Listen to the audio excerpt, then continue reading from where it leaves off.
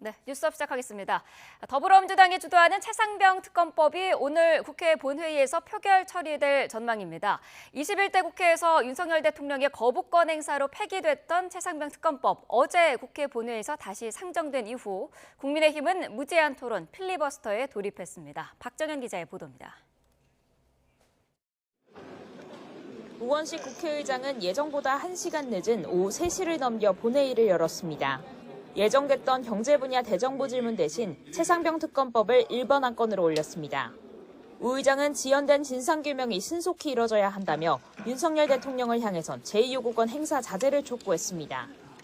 국회는 정부의 행정 권한을 존중하고 있습니다. 그런 만큼 정부에서도 국회의 입법 권한을 존중해서 신중한 판단을 해주시기 바랍니다. 특검법은 애초 첫날 대정부 질문을 마친 뒤 상정될 예정이었습니다. 하지만 질의를 하던 민주당 김병주 의원이 국민의힘 의원들의 정신 나갔다고 발언한 데 여당이 항의에 파행하면서 하루 늦춰진 겁니다. 국민의힘은 정쟁용 특검법 처리에 동의할 수 없다며 곧장 합법적 의사방해를 위한 무제한 토론, 필리버스터로 맞섰습니다. 이 특검법이야말로 오로지 대통령 탄핵의 교두보를 마련하기 위한 특검법이고 진실 규명을 위한 것이 아니며 위헌적 요소로 가득 차 있기 때문입니다. 여당의 완강한 저항에도 특검법은 오늘 본회의에서 처리될 전망입니다. 민주당이 필리버스터 종결 동의를 제출했고 24시간 뒤에 재적 의원 5분의 3 이상 찬성하면 토론이 종료되고 곧장 표결이 이뤄지기 때문입니다. 범야권이 190석을 넘는 만큼 무난하게 통과할 거란 관측입니다. 특검법 상정에 앞서 의사 일정 순서를 놓고 국민의힘이 반발하면서 본회의장에선 여야 간 신경전도 벌어졌습니다. 의사 진행 순서를 어제는 제일 뒷순서로 하고 오늘은 왜 앞으로 하고 왜 헛떡 뒤집듯이 왜 이렇게 의사 일정을 마음대로 하십니까? 저는 또 한번 기대를 했습니다. 윤석열 정권이 한번 국민의 민심을 받아들여서 야당에게도 손을 내밀고 협치하겠구나라는 생각을 들었는데 그렇지 않은 모습 아니겠습니까? 지금 이렇게 됐습니다. 결국 대정부 질문이 무산되면서 국회에서 기다리던 한덕수 국무총리 등 국무위원들이 전원 퇴장해야 했습니다. 최상병 특검법이 통과되더라도 윤석열 대통령은 21대 국회에 이어 또 한 번 제2요구 거부권을 행사할 가능성이 큽니다. 다만 최상병 순직 1주기인 오는 19일이 기한이란 점에서 정치적 부담감 역시 적지 않을 거란 관측입니다. YTN 박정현입니다. 22대 국회 첫 대정부 질문이 파행을 빚고 대치를 이어가는 과정에서 상대당에 대한 존중과 경청이 전례 없이 실종된 듯한 장면이 연출됐습니다. 막말과 고성이 터져나온 현장 모습 손유정 기자가 담아왔습니다.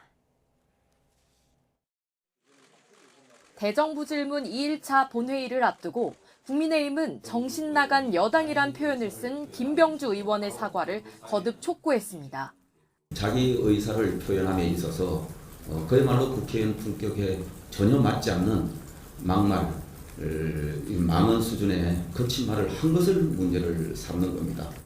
반면 민주당은 김 의원을 감싸며 최상병 특검법 처리를 지연시킨 여당이야말로 사죄해야 한다고 맞섰습니다. 국힘은 쥐약 먹은 놈들이라고 말한 윤석열 대통령도 제명하십시오. 사과는 억지 부리며 국회를 파행시킨 국민의힘이 해야 합니다. 김병주 의원도 끝까지 사과하지 않겠다는 입장이었는데 박찬대 원내대표가 대신 유감 표명을 하기로 하면서 회의는 1시간 늦게 시작됐습니다. 하지만 여당 의원들 항의로 박 원내대표가 재차 유감 표명을 한 끝에 장례는 간신히 정리됐습니다. 국회 본회의 대정부 질문이 파행된 것에 대해 안타깝게 생각하고 유감입니다.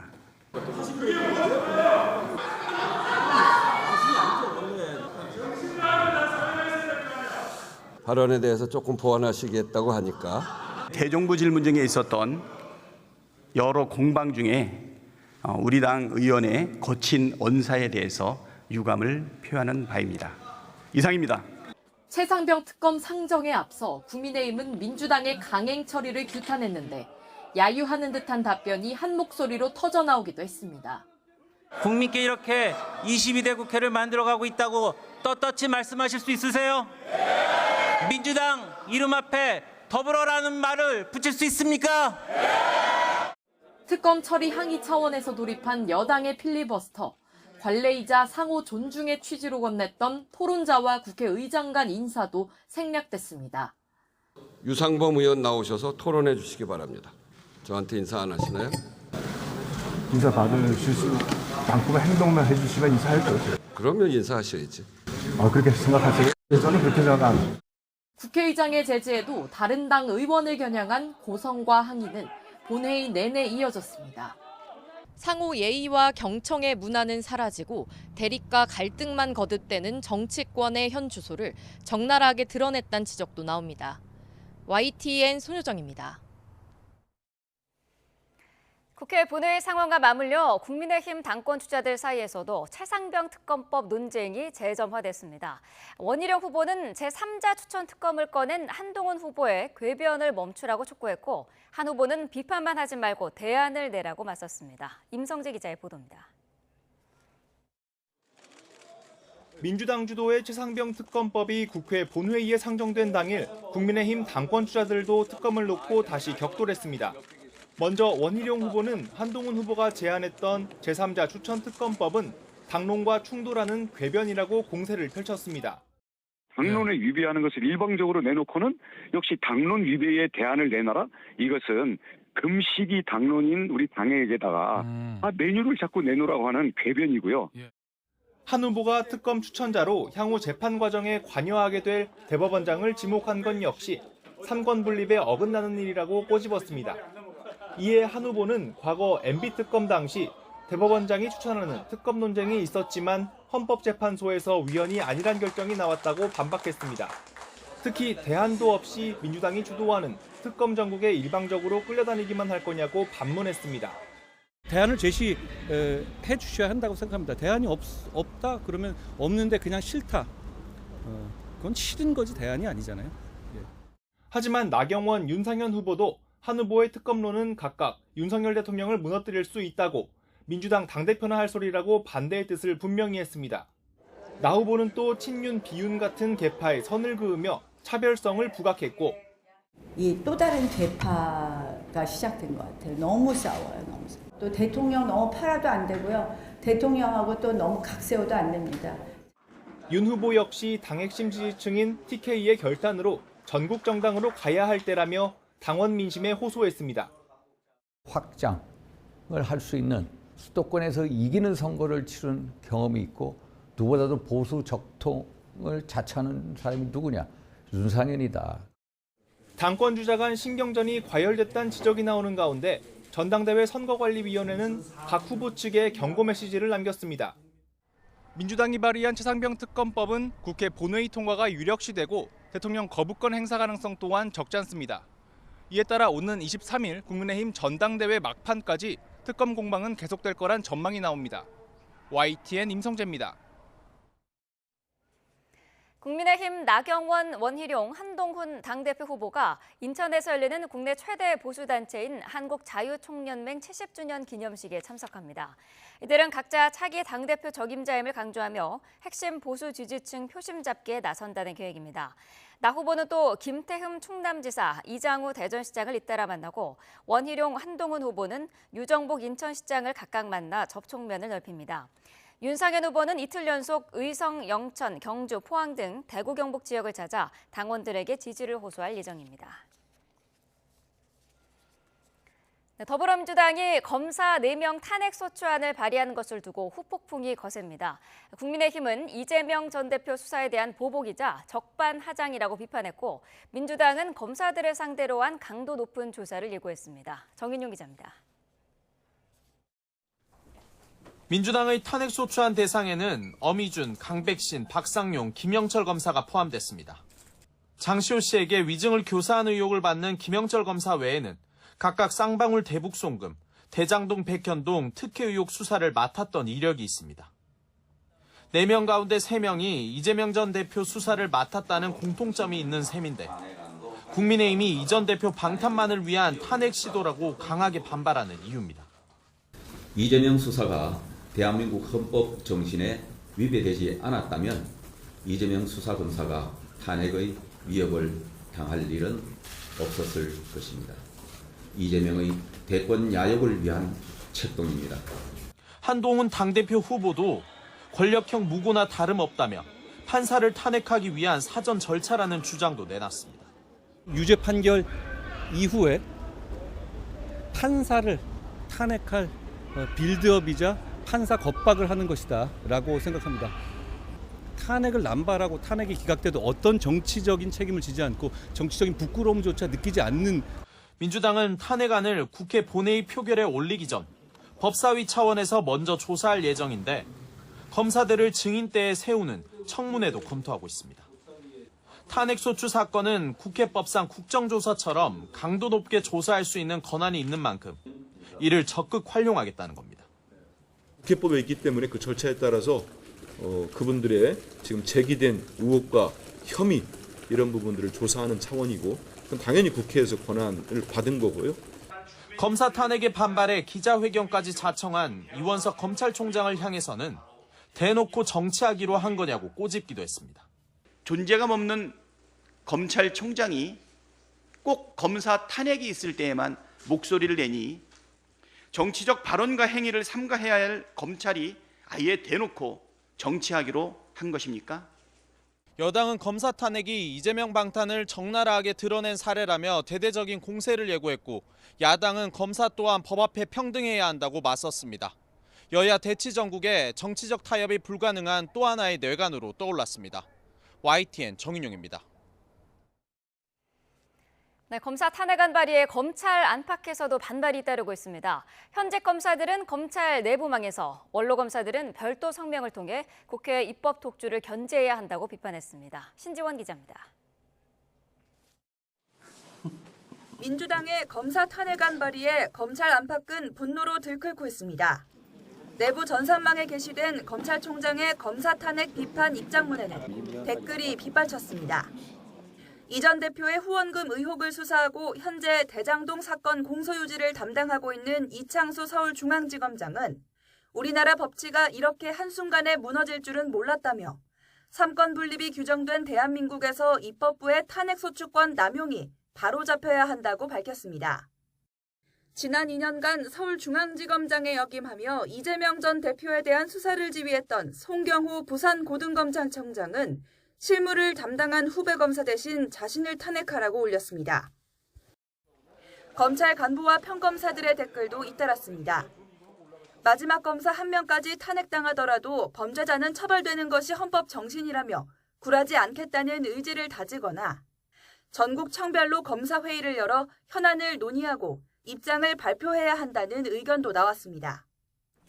퇴직한 검찰 공무원 모임인 검찰 동우회도 성명을 통해 민주당을 비판했습니다. 검사 탄핵 소추는 명백한 위법으로 국회의원 신분을 이용한 직권 남용이라면서 헌법재판소는 이를 즉시 기각하고 법원은 사건을 신속히 재판해야 한다고 요청했습니다. 한번 탄핵안이 가결되면 해당 검사는 한동안 일선 업무에서 배제된 채 탄핵 심판 결과를 기다려야 합니다. 최종적으로 탄핵이 기각되더라도 그 과정에서 피해를 회복하기 어려운 만큼 신속한 처리가 필요하다는 지적입니다. YTN 신지원입니다. 시청역 역주행 사고를 낸 운전자의 부인이 사고 당시 브레이크가 안 들었다는 취지로 진술했다고 경찰이 밝혔습니다. 거듭 급발진을 주장한 건데요. 그런데 이후 오락가락한 경찰의 설명이 혼란을 더 키웠습니다. 양동훈 기자입니다. 경찰은 갈비뼈를 다쳐 입원 중인 사고 차량 운전자 A씨에 대한 조사를 조만간 진행하겠다고 밝혔습니다. 현재 피의자는 병원에 입원해 있는 상황이며 피의자의 몸 상태가 호전되면 최대한 빨리 조사를 진행할 예정입니다. A씨 부인에 대해서는 참고인 조사를 진행했는데 브레이크가 안 들었다는 취지로 진술했다고 경찰은 전했습니다. 속도가 급격히 높아지며 제어가 되지 않는 급발진이 있었다고 거듭 주장한 겁니다. 그런데 이어진 경찰의 설명이 논란이 됐습니다. 정차 지점에 스키드 마크가 남아있는 걸 확보했다며 스키드 마크는 기본적으로 제동 장치가 작동해야 생긴다고 설명한 겁니다. 경찰이 A씨 측의 급발진 주장과 달리 브레이크가 제대로 작동한 정황을 확보한 것으로도 해석된 상황. 급발진이냐 운전 부주의냐 의견이 맞서는 만큼 경찰의 발표에 관심이 집중될 수밖에 없었습니다.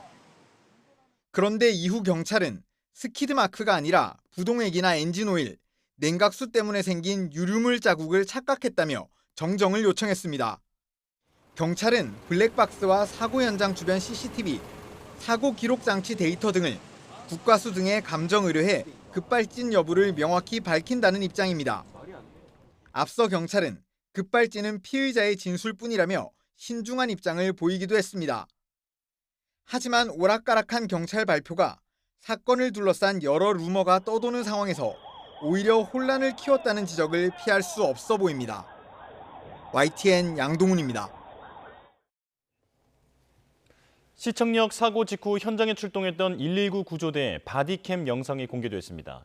한 사람이라도 더 살리기 위해 심폐소생술을 멈출 수 없었던 긴박한 상황이 담겼습니다. 임예진 기자입니다. 소방서 전화합니다. 차량 정지하세요. 소방서 전화합니다. 차량 정지하세요. 늦은 저녁 소방차가 주변 차량을 통제하며 다급하게 달립니다.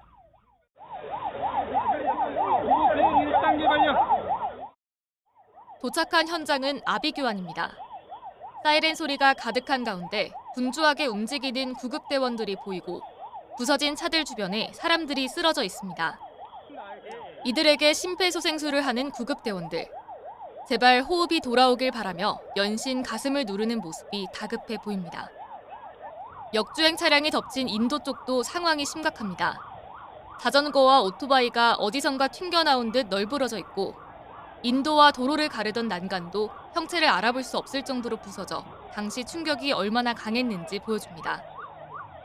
도로 곳곳에서는 여전히 심폐소생술이 진행 중이지만 끝내 돌아오지 못한 희생자들의 모습도 보입니다. 비극적인 사고가 발생한 현장, 지금은 시민들이 두고 간 국화꽃이 희생자들의 넋을 기리고 있습니다. YTN 임혜진입니다. 사고 현장에는 시민들의 추모 행렬이 끊이지 않고 있습니다. 역주행 차량이 덮쳤던 보행로에는 고인을 기리는 꽃다발과 주류, 자양강장제가 수북하게 놓였습니다. 당시 충격으로 구부러진 난간에는 근처 학교에 다니는 한 학생이 편지를 붙여놨는데 아버지와 비슷한 나이에 이런 끔찍한 일을 당했던 사실에 가슴이 미어진다고 적었습니다. 그런가 하면 시청역 역주행 사고의 희생자가 안치된 서울 중구 국립중앙의료원에 택시가 돌진해서 보행자 2명이 다쳤습니다. 시청역 역주행 사고 사망자가 안치된 곳이었는데 70대 택시기사는 급발진을 주장했습니다. 유서연 기자입니다. 주황색 택시가 다른 차량 사이로 돌진합니다. 행인을 친 뒤 나무까지 들이받고서야 멈춰섭니다. 서울 중구 국립중앙의료원에서 사고가 난 건 오후 5시 20분쯤. 70살 A씨가 몰던 택시가 후진하며 구급차를 들이받은 뒤 다시 앞으로 가는 과정에서 다른 차량 4대와 보행자 2명을 친 겁니다. 이 차가 이제 여기를 박은 다음에 이 사이를 콱 박으면서 이 사람들 몇 명을 이렇게 깔려버린 거예요. 그래서 제가 이제 여기 친구들이 여기 서 있다가 너무 무서워 그제 사고가 생각이 나서. 보행자들은 다행히 생명에 지장은 없는 것으로 파악됐고 또 다른 시민 1명은 구호 조치를 하다가 손에 찰과상을 입었습니다. 사고를 낸 택시입니다. 차량 앞 범퍼는 너덜너덜해졌고 사이드미러는 떨어져 나갔습니다. 사고 충격으로 콘크리트 타일로 된 병원 응급실 벽면도 부서졌습니다. 이 병원은 얼마 전 시청역 역주행 사고로 숨진 공무원이 안치된 곳입니다. 사고 장소 인근에는 유족 차량이 주차되어 있었던 것으로 파악됐습니다. 음주 측정 결과 A씨는 술을 마신 상태는 아니었던 것으로 조사됐습니다. A씨는 급발진을 주장한 것으로 전해졌는데 경찰은 교통사고처리법상 치상 혐의로 A씨를 입건하고 국립과학수사연구원에 차량 감정도 의뢰할 계획입니다. YTN 유서연입니다. 네, 주요 사건 사고 속 여러 쟁점들 범죄학의 시선으로 분석해 보도록 하겠습니다.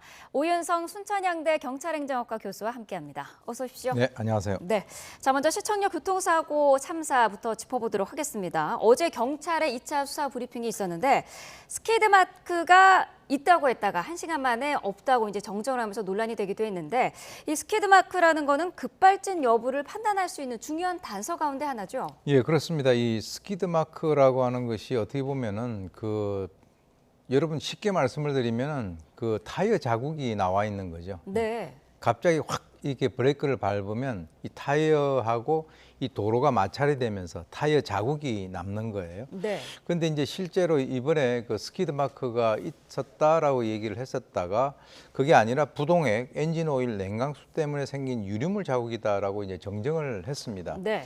자, 그래서 이제 이 역주행 전 구간에서는 결과적으로는 스키드 마크가 하나도 발견되지 않았다라고 이렇게 얘기를 하고 있는데 그것은 어떤 의미냐면 가해 차량 운전자인 그 이 차모 씨 같은 경우 브레이크를 밟지 않았거나 아니면 약하게 밟아서 급제동을 하지 않았다라고 하는 것입니다. 아하. 그래서 이제 우리가 마지막으로 이제 정차를 할 때 그 모습을 보게 되면 브레이크가 작동이 돼서 뒤에 브레이크 등이 들어오면서 아주 정상적으로 이렇게 정차하는 모습을 볼 수 있거든요. 네. 그래서 이 브레이크 결함 가능성은 상당히 낮아 보이고 이 돌진 구간 적어도 이제 이 브레이크를 밟지 않았다라고 우리가 볼 수가 있고요. 네. 그래서 이제 이 급발진 가능성도 좀 약간 의문이 되는 그런 그 부분입니다. 네. 자, 그만큼 중요한 단서인데 유류물 자국을 착각했다라고 경찰이 정정한 부분, 이 부분은 비난은 좀 피할 수 없을 것 같아요. 이 사실 이 사건 자체가 굉장히 지금 전 국민의 관심을 끌고 있는 그런 사건이고 네. 또 이제 교통사고에 대한 그 조사라고 하는 것은 경찰이 어떻게 보면은 우리나라에서 가장 전문가 집단이 아니겠습니까? 네. 그런데 이제 이번 같은 경우에 글쎄요. 어떤 이런 발표를 급하게 준비를 해서 거기에서 뭐 어떤 문제가 발생됐는지 모르지만 불과 한 30분 만에 스키드 마크가 있다 그랬다가 없다 이렇게 얘기를 한 것은 경찰의 입장에서도 상당히 어떤 공신력이라든가 이런 차원에서 뼈아픈 그런 사항이 아닌가라는 생각이 듭니다. 네. 자, 어제 경찰이 밝힌 내용 가운데 하나가 또 이 사고 차량이 호텔 주차장을 빠져나와서 도로를 진입하기 직전 그 주차장 앞에 그 문턱이 있는데 그거를 지나면서 바로 이제 과속이 됐다. 이런 내용을 언급을 했거든요. 정상적인 운행 상황은 아닌 거죠. 그렇습니다. 지금 이제 그 경찰이 확인한 한 것에 의하면 네. 호텔 주차장 출입구에 턱이 있는데 거기서부터 가속이 됐다라고 하는 것을 이제 확인을 했다라고 발표했습니다. 네. 그래서 실제로 이제 이 주변 상인들이 우리가 이제 알고 있는 거하고 조금 다르게 평소에 그 길에 역주행하는 그런 차량들이 적지 않다라고 이렇게 얘기를 하는 사람들도 있고요. 네. 그래서 지금 이제 추정컨대 일방 통행로로 실수로 이제 진입을 했다가 사고를 냈을 그럴 가능성에 대해서도 지금 우리가 생각을 해봐야 될 것 같은데 네. 이 사고도로 같은 경우는 제한 속도가 30km인 그 4차선 일방 통행로다. 제가 봤을 때도 오른쪽으로 꺾어져서 서울시청 쪽으로 이렇게 빠져나가야 되는데 네. 거기서 갑자기 왼쪽으로 틀어서 역주행로로 들어간 것이 목격이 됐거든요. 네. 알겠습니다. 지금 뭐 경찰도 여러 가지 그 수사 상황들을 발표를 하고 있습니다만은 결과적으로는 블랙박스는 여러 자료를 조금 더 분석해 보고 최종적으로 판단을 하겠다 이런 지금 입장입니다. 자, 이런 가운데 지금 급발진을 주장하는 사고가 또 났어요. 어제 국립무료원에 택시가 돌진을 해서 보행자들이 다친 거죠. 예, 그렇습니다. 이게 이제 70대 그 택시 기사가 운전하는 택시인데요. 네. 거기 이제 국립중앙의료원을 향해서 돌진을 했다는 거죠. 그래서 이게 사실 그 병원 같은 경우는 이번에 시청 앞에서 발생됐던 그 교통사고 피해자들이 안치된 그런 그 병원이라고 하는데 네. 실제 이제 보행자를 들이받고 나무까지 들이받은 뒤에 이제 멈춰 섰다는 겁니다. 그래서 이 분도 역시 자기는 그 당시에 음주를 하지 않았고 그래서 이것도 역시 급발진이다 이렇게 얘기를 갖다가 하고 있는데 네. 일단 경찰은 이 택시 기사를 입건을 하고요. 그리고 이제 국과수에 대해서 차량 감정을 갖다가 의뢰를 할 예정이라고 하니까 네. 글쎄요. 이게 적어도 이거 하게 되면은 한 달 이상 소요가 된다라고 아하. 얘기를 하죠. 네. 지금 보니까 어제 저 급발진 주장 사고도 운전자가 70대 지금 그렇게 나오고 있는데 좀 조심스럽습니다만 공교롭게도 급발진을 주장하는 사고에 운전자들이 고령 경우가 좀 많더라고요. 예, 지금 이제 미국 같은 경우도 지금 우리나라는 이제 65세 이상을 이제 노인층으로 이제 분류를 하는데 네. 미국에서 나온 통계를 보게 되면 주로 이제 75세 이상. 그래서 이제 75세 이상은 좀 약간 특별히 관리를 하는 것으로 알고 있습니다. 네. 아무래도 이제 그 연령이 고령화되다 보면 어떤 그 돌발 사태에 대처할 수 있는 그런 어떤 능력이라든가 이런 것들이 좀 여러 문제가 있기 때문에 네. 이와 관련돼서 과연 앞으로 우리 한국에서도 어떤 식으로 이 운전면허증을 유지를 하는 데 있어서 대책을 마련할 것인가 하는 것이 저희들에게 주어진 숙제라고 저는 봅니다. 네, 알겠습니다. 자, 다음 사건으로 넘어가 보도록 하겠습니다. 20대 남성이 억울하게 성범죄자 누명을 쓸 뻔한 그런 사건이 있었는데 이른바 동탄 헬스장 화장실 사건입니다.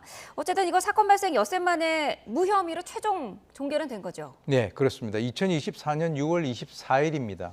이 화성 동탄 그 경찰서 소속 경찰이 성범죄 신고를 접수를 하고 네. 영장 없이 이제 신고자하고 일명씩도 없는 그 20대 대학 휴학생 남성 집을 찾아갔습니다.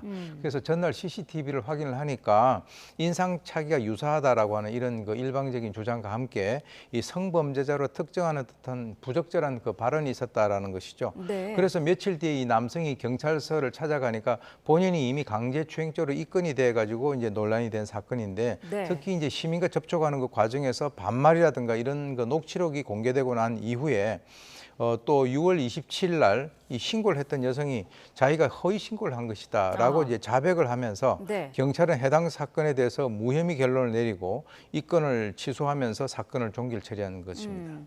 이 신고한 여성은 무고죄로 지금 입건이 됐어요. 그 없었던 일을 아예 지금 꾸민 그런 상황이잖아요. 예, 그렇습니다. 지금 이제 이 여성 같은 경우는 실제로 그 본인이 착각을 해서 그렇게 한 것이 아니라 네. 아예 그냥 처음부터 저 남성이다라고 이렇게 지목을 했다라고 하는 것이죠. 네. 그리고 이제 이 여성이 얘기하는 여러 가지 어떤 진술과 실제로 이제 CCTV에서 나온 것을 좀 촘촘히 확인을 갖다 해보니까 네. 이 여성 같은 경우는 자기가 뭐 이렇게 상대를 발로 차서 남성이 먼저 나왔다 이렇게 얘기했는데 실제로는 CCTV에는 여성이 먼저 나왔다 이렇게 네. 돼 있고요. 그래서 이런 여러 가지 것들은 지금 경찰에서도 처음에는 이제 무고죄로 입건을 할 것인가에 대해서 좀 이게 고민을 했는데 네. 무고죄로 입건을 했다라고 이제 소식이 들려오고 있습니다. 네, 자, 없었던 일을 만든 그런 경우도 참 놀라웠는데 이 수사 과정에서 경찰의 강압적인 태도가 또 큰 논란을 불러일으켰습니다. 그 이야기 잠깐 듣고 오겠습니다. 어제 17시에 했었죠. 네, 여자 화장실 했는데 어떤 남자가 들어와가지고 자기 용변 보는 걸 엿보고 갔다. 그래서 자기가 도망쳐 나왔다. 이런 식으로였어요. 인상착의 찍힌 게 제가 확실한가요?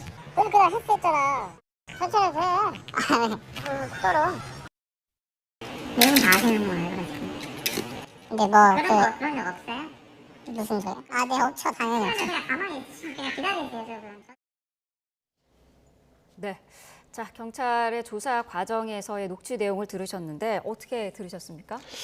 이 경찰 입장에서는 사실 신고를 받고 출동을 해서 조사를 하는 것은 당연한 수순입니다. 네. 그런데 이제 단 그 과정에서 이 시민과 접촉을 하는데 아까 이렇게 보게 되면은 뭐 반말을 한다든가 하는 이런 것들. 그게 이제 사실 이제 경찰이 이 범법자들에 대해서 뭐 예컨대 테이저건을 사용을 한다든가 이럴 때 너무 뭐 존댓말 쓴다든가 이런 것들도 좀 이제 문제가 있지만 네. 실제로 용의점이 있다라고 이제 의심이 된다 하더라도 그 과정에서 나이를 묻고 뭐 그때부터 반말을 쓴다든가 이런 것들은 이제 부적절하게 보이는데요. 네. 가장 문제가 되는 것은 뭐 신분증 보여달라, 전화번호 알려달라라고 이렇게 얘기를 해놓고 나중에 뭐 왜 손을 뜨느냐 이렇게 얘기를 한다면 사실 그 22살 정도 되는 그 청년의 입장에서는 이게 본인이 그 성범죄자로 몰릴 수 있는 그런 상황이니까 상당히 부담이 되겠죠. 네. 그런 측면에서는 지금 여러 가지 그 문제점이 노출됐다라고 봅니다. 경찰서를 다녀온 뒤에 이 남성이 유튜브 채널에 자신의 억울함을 이제 토로를 했고요. 그러자 동탄 경찰서 게시판에 뭐 경찰을 비난하는 글도 쇄도를 했고 그 가운데 비슷한 피해를 당했다 이런 글들도 올라오고 있어요. 예, 이제 사실 이번에 이 사건에 있어서 가장 핵심은 그 녹취 파일입니다. 네. 이 녹취 파일이 어떻게 됐냐면 처음에 와서 얘기를 할 때 이 남성이 이상한 종교를 이렇게 포교하는 사람이다 이렇게 생각을 해가지고 그때 이제 녹취를 했는데 네. 나중에 이게 문제가 되니까 이 본인이 억울하다 이렇게 하면서 억울한 남자라고 하는 유튜브 채널을 개설을 했어요. 그래서 이제 이것이 이제 사람들에게 알려졌고 이후에 이제 변호사를 갖다가 선임을 했는데 그 과정에서 본인이 입건됐다는 사실 갖다가 확인을 하게 된 거죠. 네. 그런데 이제 중요한 것은 이게 과연 이 화성 동탄 경찰서에서도 이렇게 되다 보니까 좀 이제 부담스러운 그런 상황이니까 여성 청소년 과장 명의로 입장문을 냈습니다. 그래서 네. 객관적 증거를 토대로 해서 누구도 억울하지 않도록 엄정하게 수사를 하겠다 이렇게 얘기를 했습니다만 이제 문제는 이와 관련돼서 나도 비슷한 그런 사례를 겪었다라고 하는 이런 네티즌들의 글들이 많이 올라오는 그런 상태이고요. 네. 또 이제 이것을 과연 그것이 진위 여부를 떠나가지고 이게 현재 좀 문제가 될 수 있다라고 생각을 하기 때문에 경기 남부청에서는 지금 이제 화성 동탄 경찰서를 대상으로 해가지고 그동안에 이제 이런 것과 연관돼 있는 그 사건에 대한 전수 조사를 하겠다라고 하는 입장문도 올렸습니다. 네. 자, 이런 가운데 해당 경찰서 측에서도 피해를 호소하는 글을 올렸습니다. 관련 없는 팀의 팀원과 그 가족들이 신상이 털리고 있고 사이버 테러를 당하고 있다 이런 내용이에요. 그게 왜 그러냐면 이 해당 사건 같은 경우가요. 여성 청소년과의 강력범죄 수사팀이 담당을 하고 있는데 네.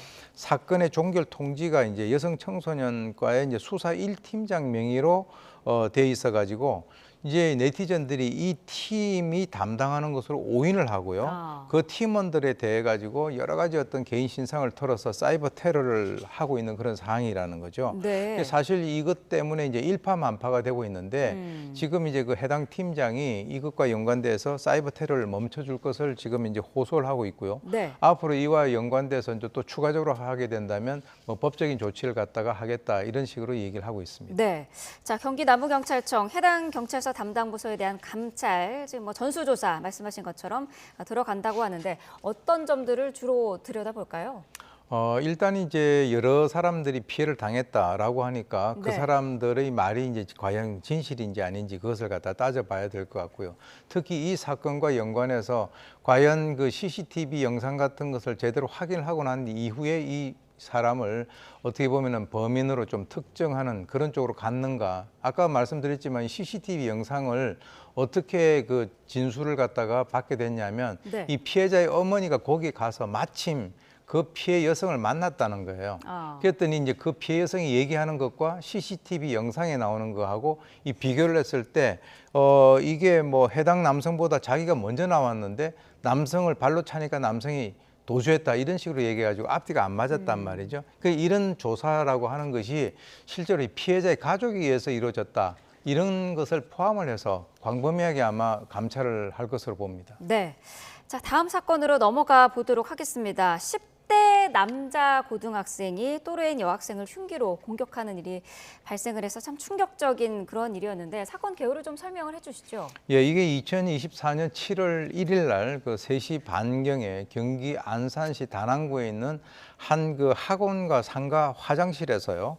같은 학원에 다니고 있던 그 또래 그 남학생이 여학생을 흉기로 찔러서 중상해를 입힌 사건입니다. 네. 그래서 이제 이 여성 같은 경우는 이 여학생이 그 팔과 얼굴에 크게 다쳐서 다행스럽게 이제 그 학원에서 바로 연락을 해가지고 응급적으로 이제 그 병원으로 갔죠. 네. 그래서 수술을 받았고 다행히 이제 생명에는 지장이 없는 것으로 나타났는데 신고를 받은 경찰이 그 용의자 추적에 나섰는데 학원에서 도보 한 5분 거리에 있는 그 인근 아파트에서 의식을 잃은 채 쓰러져 있는 그 이 이 남학생을 발견을 했고요. 네. 실제로 이제 이 남학생 같은 경우는 인근 아파트에서 투신하려고 하다가 경비원에 의해서 제지를 당했는데 이를 뿌리치고 구층에서 투신한 것으로 밝혀졌는데 현재 생명이 위독한 상태이기 때문에 네. 범행 동기 파악에 지금 애를 먹고 있고요. 일단 피해 여학생은 이 가해 그 남학생하고 잘 모르는 사이다라고 진술을 하고 있습니다. 네.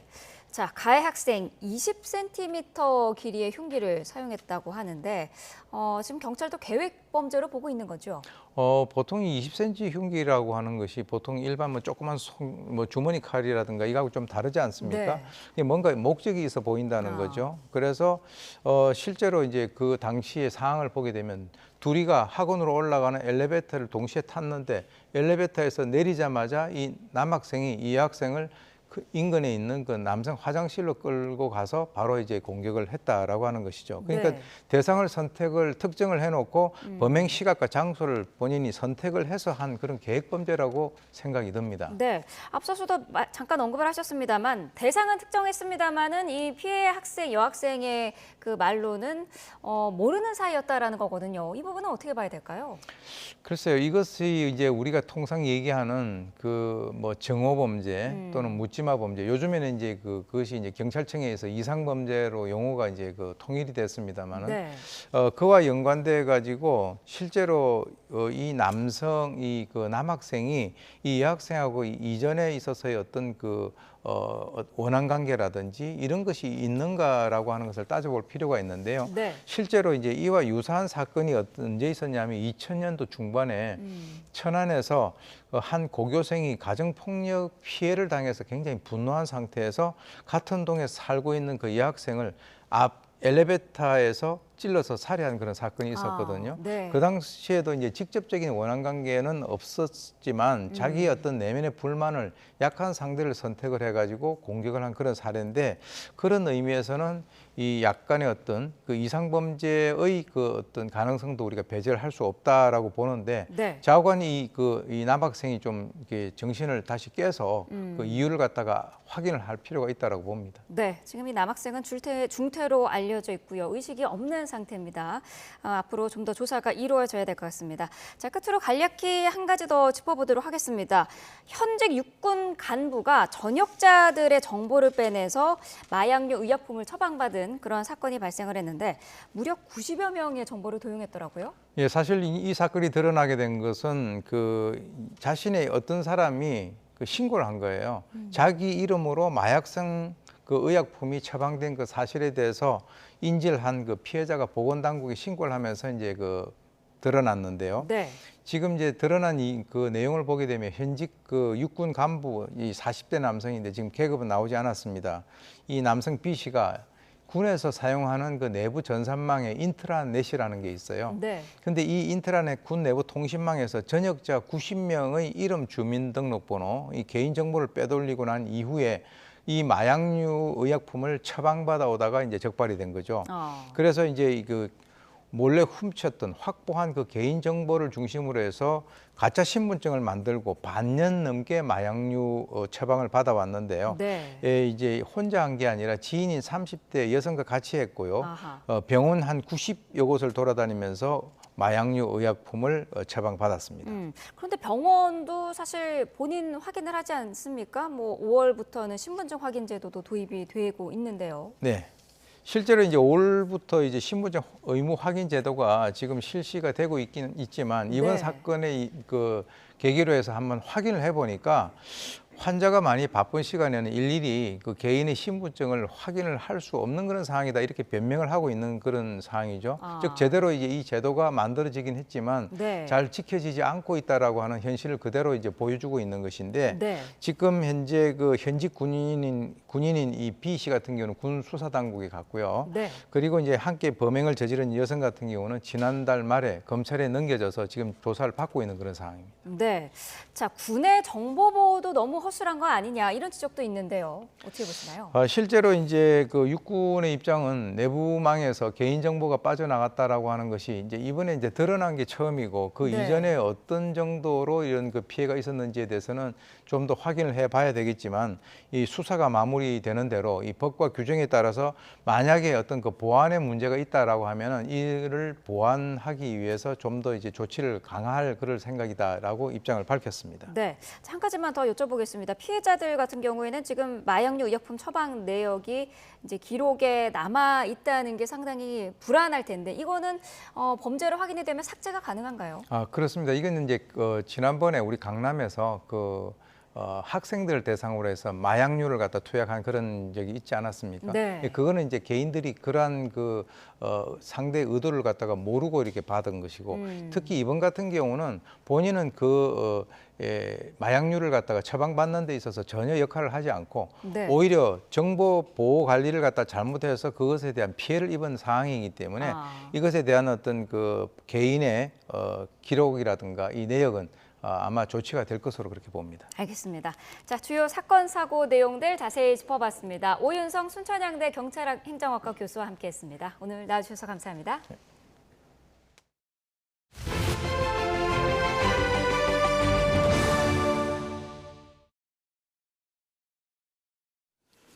네, 어제 저녁 서울 강남에서 70대 남성이 몰던 차량이 어린이집 외벽을 들이받는 사고가 났습니다. 경기도 평택에서는 아파트에서 불이 나 주민 5명이 연기를 마셔 병원으로 옮겨졌습니다. 강민경 기자가 보도합니다. 연두색 벽면에 무언가 긁고 지나간 흔적이 선명합니다. 바닥에는 급정거 흔적인 스키드 마크가 뚜렷이 남아 있습니다.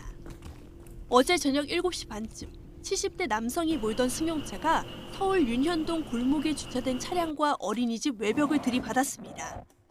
사고 당시 어린이집은 비어 있었고 보행자도 없었습니다. 운전자와 옆에 타고 있던 아내는 병원으로 옮겨졌는데 음주운전은 아니었던 걸로 조사됐습니다. 아파트 창문 곳곳에서 회색 연기가 솟구치고 복도엔 비상등이 켜져 있습니다. 어제 저녁 7시 10분쯤 경기도 평택시 포승읍의 12층짜리 아파트에서 불이 났습니다. 9층에서 난 불은 50분 만에 꺼졌는데 호흡 곤란을 호소한 10대 남성 등 5명이 연기를 마셔 인근 병원으로 옮겨졌습니다. 비슷한 시간 경북 청도군 화양읍의 농산물 보관용 저온 창고에서 불이 나 4시간 만에 꺼졌습니다. 양파와 복숭아 등을 보관하던 창고 1개 동이 모두 탔습니다. 서울 노원구에선 아파트 단지에 주차된 차에서 불이 나 15분 만에 꺼졌습니다. 주민들이 재빨리 나서서 불을 끈 덕분에 다친 사람은 없었습니다. 오후 5시 40분쯤엔 서울 성동구 서울교통공사 본사 앞 건널목에서 멈춰있던 시내버스를 다른 버스가 들이받는 사고가 났습니다. 승객 5명이 다쳐 인근 병원으로 옮겨졌는데 생명에는 지장이 없는 걸로 전해졌습니다. YTN 강민경입니다. 네, 오늘 새벽 2시 반쯤 강원 정선군 강원랜드 카지노 메인타워 호텔 14층 객실에서 불이 났습니다. 객실 스프링클러가 터져 10여 분 만에 자체 진화됐지만 투숙객 등 6명이 연기를 마셨습니다. 소방당국은 객실 안에서 불이 시작된 것으로 보고 경찰과 합동 감식을 진행해 화재 원인을 조사할 계획입니다. 오늘 새벽 1시 반쯤 호남 고속도로 하행선 삼례 나들목 인근을 달리던 18톤 화물차가 가드레일을 들이받았습니다. 이 사고로 차량에 불이 붙었고 소방당국은 1시간 30여 분 만에 불을 모두 껐습니다. 경찰은 음주운전은 아닌 것으로 보고 50대 운전자를 상대로 사고 경위를 조사할 방침입니다. 아동학대 혐의로 고소당한 축구선수 손흥민의 아버지 손흥정 감독과 친형 손흥윤 코치가 검찰 조사를 받았습니다. 재판에 넘겨질지 또 그럴 경우 합의나 형사 공탁 여부도 주목됩니다. 지환 기자가 보도합니다. 강원도 춘천에 있는 손축구 아카데미입니다. 아카데미 운영자인 손흥민 선수의 아버지 손흥정 감독 그리고 친형 손흥윤 씨를 포함한 코치 2명이 검찰에 소환돼 조사받았습니다. 지난 4월 아동학대 고소사건을 접수한 경찰이 사건 기록을 검찰에 넘긴 지 2달 보름 만입니다. 앞서 손축구 아카데미 유소년 선수였던 김무군 측은 지난 3월 일본 전지훈련과 강원도 춘천 숙소 등에서 감독 코치진의 지속적인 폭행과 욕설, 체벌 등이 있었다며 손 감독 등을 고소했습니다. 특히 미성년자인 김군은 경찰 상담에서 손 감독과 코치들을 벌 주고 싶다고 직접 진술하기도 했습니다. 손흥정 감독은 체벌이 있었던 건 인정하면서도 아이들에 대한 사랑이 전제되지 않은 언행은 없었다고 해명했습니다. 관심은 이제 검찰의 기소 여부, 아동학대의 경우 단순 폭행이 아니라 아동의 신체 정신적 폭력이나 각종 가혹 행위를 포괄적으로 규정한 만큼 특수성을 고려해야 합니다. 특히나 다른 사람도 아닌 이 아동이 직접 메모를 했다면 이런 부분들은 수사기관이 보더라도 그리고 또 경우에 따라서는 이제 사법기관이 보더라도 뭔가 좀 더 믿을 수 있는 그런 기록이 아니겠느냐라고 볼 여지도 배제할 수는 없습니다. 검찰의 기소로 재판이 열릴 경우 열띤 공방이 예상되는데 만약 재판에서 혐의가 인정된다면 양형에 가장 큰 영향을 미칠 것으로 보이는 합의 여부도 관건입니다. 피해 아동 아버지와 손 감독 측 변호사 간 녹취록이 공개되면서 수억대 합의금 논란과 함께 진실 공방이 펼쳐지는 상황. 법조계에선 피해자 동의 없이 진행할 수 있는 형사 공탁 가능성도 제기되고 있습니다. YTN 지환입니다. 전북 남원 지역 초중고등학교에서 식중독 의심 환자가 200명 넘게 나왔습니다. 학사 일정에 차질이 생긴 가운데 당국이 역학조사에 나섰습니다. 김민성 기자입니다. 전북 남원의료원입니다.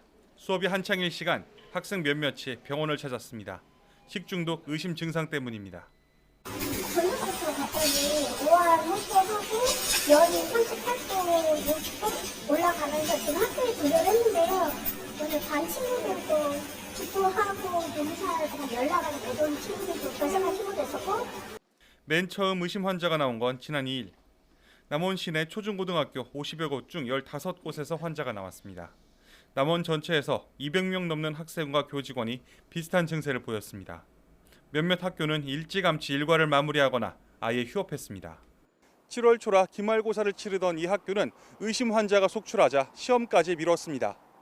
전북교육청은 환자가 나온 학교의 집단 급식을 하루 중단하고 이후엔 대체식을 준비하기로 했습니다. 환자가 발생하지 않은 학교는 급식을 정상 운영하되 식중독 위험이 낮은 가열 음식 등으로 식단을 채웠습니다. 또 검체를 채취해 보건당국과 합동 조사를 벌이고 있습니다. 아이들이 그날 먹었던 그 식재료로 공급했던 식단에 나와 있었던 보존식과 그날 학교에서 먹은 물 그리고 그 식기구 이제 그런 환경 검체를 지금 진행하고 있습니다. 여름철에는 식중독 위험이 큰 만큼 먼저 꼭 손을 씻고 익히거나 끓이는 음식 위주로 먹는 게 안전합니다. 또 채소류는 깨끗이 씻어 먹고 상태가 좋지 않은 음식은 과감히 버려야 식중독 위험을 줄일 수 있습니다. YTN 김민성입니다. 네, 지금 시각 오전 8시 37분 지나고 있습니다. 오늘 날씨 어떨지 뉴스업 날씨 스튜디오 연결해 알아보겠습니다. 윤수빈 캐스터. 기분 좋은 목요일 아침 날씨엔 키워드입니다. 먼저 오늘의 키워드부터 함께 살펴볼까요? 바로 무더위와 장맛비입니다. 오늘은 하루 안에 무더위와 장맛비가 모두 나타나는 굳은 날씨가 예상됩니다. 시원한 옷차림과 함께 우산도 챙겨 나오셔야겠는데요. 오늘 낮 동안에는 중부지방도 날이 부쳐 후텁지근해지겠고요. 폭염특보가 발령 중인 남부지방은 경주가 무려 35도까지 치솟는 등 찜통 더위가 기승을 부리겠습니다. 하지만 오후부터는 또다시 장맛비가 내립니다. 퇴근길 무렵 수도권과 충남지방부터 비가 시작되겠고 밤 사이에는 그 밖에 전국 곳곳으로 확대하겠는데요. 특히 오늘 밤부터 내일 아침 사이 벼락과 돌풍을 동반한 폭우가 예상됩니다. 이미 많은 비가 내려 지반이 약해진 상태니까요. 산사태 등 호우 피해 없도록 대비 철저히 해주시기 바랍니다. 네, 오늘 서울의 시간대별 기온도 알려주시죠.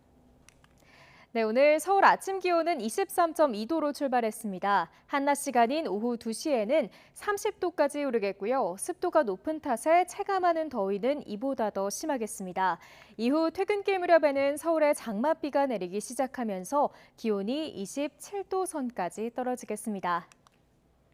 남부지방 곳곳에 폭염주의보가 이어지는 가운데 그 밖의 지역 낮 기온도 살펴보면 대전 31도, 광주 32도, 대구는 34도까지 치솟겠습니다. 네, 늦은 오후부터는 장맛비가 다시 내린다고요?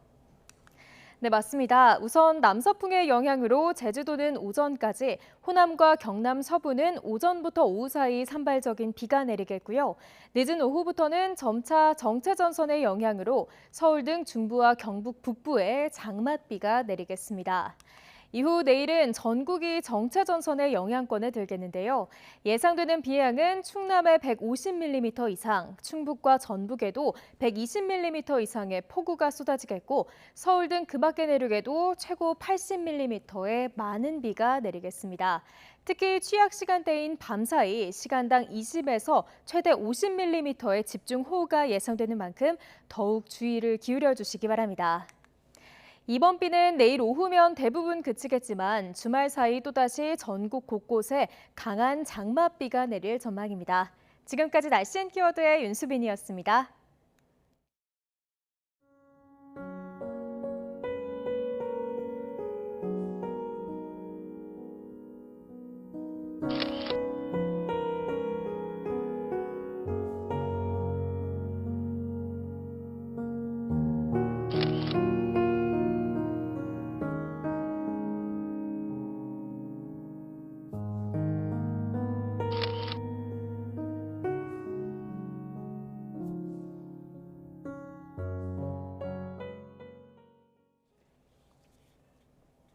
네, 큰 비가 오면 저지대 주민들이 큰 피해를 보죠. YTN 데이터랩이 전국 건축물 관리대장 2천만 건을 분석했는데요. 반지하가 33만여 동 존재하고 서울에 있는 반지하 5곳 중 한 곳은 침수 위험지대에 있는 것으로 파악됐습니다. 장하연 기자가 보도합니다. 비가 오자 물을 뱉어내는 변기. 저지대 침수 때 흔히 볼 수 있는 장면입니다. 특히 사람이 다니는 길보다 아래에 있는 반지하에선 물이 차면 창문으로도 물이 쏟아지지만 하수부터 역류하는 경우가 많습니다. 이런 저지대 반지하는 얼마나 될까? YTN 데이터랩이 전국의 건축물 관리대장을 전수 분석해 반지하 주택 규모부터 파악했습니다. 설비나 저장소 등으로 표기된 데이터는 제외했습니다. 전국 반지하 33만여 동 대부분이 수도권에 집중돼 있는데 자치구별로는 관악구, 중랑구, 강북구 순으로 많았습니다. 경기도 수원과 성남도 10위 안에 이름을 올렸습니다. 서울만 살펴보면 서남권과 동북권에 주로 분포합니다. 반지하 주택 분포를 서울 안전누리의 침수 예상도와 겹쳐봤습니다. 5곳 중 한 곳이 침수 예상 지역에 포함됐습니다. 모두 3만 5천여 동. 서울시가 침수 방지 시설이 필요하다고 밝힌 것보다 훨씬 많은 수치입니다. 현재 서울시는 물막이판 무료 설치에 집중하고 있지만 물막이판은 대피 시간을 벌어주는 도구일 뿐 근본 대책이 될 순 없습니다. 설치된 물막이판도 제 기능을 못하고 있는 설비가 많은 실정입니다. 건축물 유형별 어느 지점에 어느 높이로 어떤 유형의 물막이판을 설치하고 또 어떻게 유지관리되어야 한다는 지침이 좀 더 구체적이고 명확하게. 전문가들은 이미 침수된 이력이 있는 반지하부터 멸실 계획을 세우고 이주 지원을 해야 한다고 말합니다. 반지하는 대한민국의 고도 성장기인 1988년부터 7년간 가장 많이 생겼는데 서울의 인구가 급격히 몰려 200만 호 주택 건설 사업까지 추진되던 시절입니다. 서울 반지하의 10곳 중 9곳이 20년 이상 된 노후주택입니다. 1988년 시작한 천만 서울은 3년 전에 깨졌지만 시절의 산물인 반지하는 여전히 침수 사각지대에 남아 있습니다. YTN 장하영입니다. 7월 4일 뉴스업 주요 일정 정리합니다. 정부가 오늘 최상목 경제부총리 주재로 대외 경제장관 회의를 엽니다. 정부가 FTA 1위 국가를 목표로 선언한 가운데 통상협정 추진 전략과 수출입은행 정책금융의 전략적 운용 방안을 논의합니다. 서울 아산병원 교수들이 오늘부터 진료 축소에 나선 가운데 한국환자단체연합회 등 92개의 환자단체가 도심 집회를 엽니다. 이들은 의사 집단휴진 철회와 재발방지법 제정을 촉구할 예정입니다. 메이저리거 김하성 씨에게 거액을 뜯어낸 혐의를 받는 전 야구 선수 임혜동 씨의 구속 전 피의자 신문이 오늘 열립니다. 경찰은 지난 1월에도 임 씨에 대한 구속영장을 신청했지만 법원은 추가 소명이 필요하다며 기각한 바 있습니다. 한국부동산원이 이달 첫째 주 아파트 가격 동향을 발표합니다. 서울 아파트값은 상승세, 지방은 하락세를 지속하는 가운데 이런 흐름은 이달 들어서도 이어질 것으로 보입니다. 뉴스업 주요 일정이었습니다. 전면 휴진을 예고했던 서울 아산병원 교수들이 오늘부터 정부 정책의 변화가 있을 때까지 진료 축소에 나섭니다. 정부는 미복귀 전공의에 대한 대응 방안을 조만간 발표할 예정인데 5개월째 접어든 의정 갈등 사태는 좀처럼 해결의 기미를 찾지 못하고 있습니다. 백종규 기자의 보도입니다. 이른바 빅5 병원 가운데 한 곳인 서울 아산병원을 수련병원으로 둔 울산대 의대 교수들이 진료 축소 카드를 꺼내들었습니다. 예고했던 무기한 휴진 대신 자율적인 진료 재조정에 나서기로 한 겁니다. 교수 비대위는 입장문에서 의료 붕괴가 시작되는 국가 비상 상황에서 선별적이고 강도 높은 진료 축소와 재조정을 통해 중증이나 응급, 희귀 난치성 질환 진료에 집중하기로 했다고 밝혔습니다. 환자 피해라는 부정적 여론 탓에 전면 휴진이 쉽지 않다는 판단에 따라 장기전 체제로 바꿔 정부를 압박할 것으로 보입니다. 이에 따라 비대위는 주요 수술은 지난해 같은 기간보다 49%, 외래 진료는 30.5% 줄어들 것이라며 1, 2차 병원이나 지역에서 치료할 수 있는 경증 환자들은 서울 아산병원을 찾지 말 것을 당부했습니다. 그러면서 정부의 폭력적인 의료정책 추진으로 촉발된 의료 현장의 혼란을 최소화하기 위한 불가피한 선택이라고 항변했습니다. 또 정부를 향해 전공의들의 정당한 권리를 보장하고 신뢰를 회복할 수 있는 조치를 마련할 것을 촉구했습니다. 의료 공백 상황이 이어지는 가운데 정부는 미복귀 전공의 설득을 고심하고 있습니다. 지난 1일 기준 전공의 근무율이 8%에 미치지 못하는 상황에서 정부는 전공의들이 복귀한다면 정상적으로 수련을 이어갈 수 있도록 보호하겠다며 복귀 여부를 결정하라고 요구하고 있습니다. 하반기 전공의 모집을 위해 하직 여부를 확정하는 시점이 임박했기 때문인데 조만간 대응 방안을 발표할 예정입니다. 정부는 이와 함께 이면택 회장 등 대한의사협회 지도부 7명에게 집단행동 금지 명령을 공시 송달하는 등 의협을 향한 압박 수위를 높이고 있습니다. YTN 백종규입니다. 의사들의 집단행동에 반대하는 환자단체들이 도심 집회를 진행합니다. 한국환자단체연합회 등 92개의 환자단체는 오늘 오전 서울 보신각에서 의사 집단휴직 철회 및 재발방지법 제정 촉구대회를 엽니다. 이들은 전공의의 집단 사직으로 시작된 의료 공백 사태가 130일을 넘겼다며 필요한 때 의료적 처치를 받지 못해 발생하는 피해와 불안을 더는 참을 수 없다고 강조할 예정입니다. 단체들은 환자와 보호자는 물론 일반 국민도 집회에 참여해 목소리를 내달라고 호소했습니다.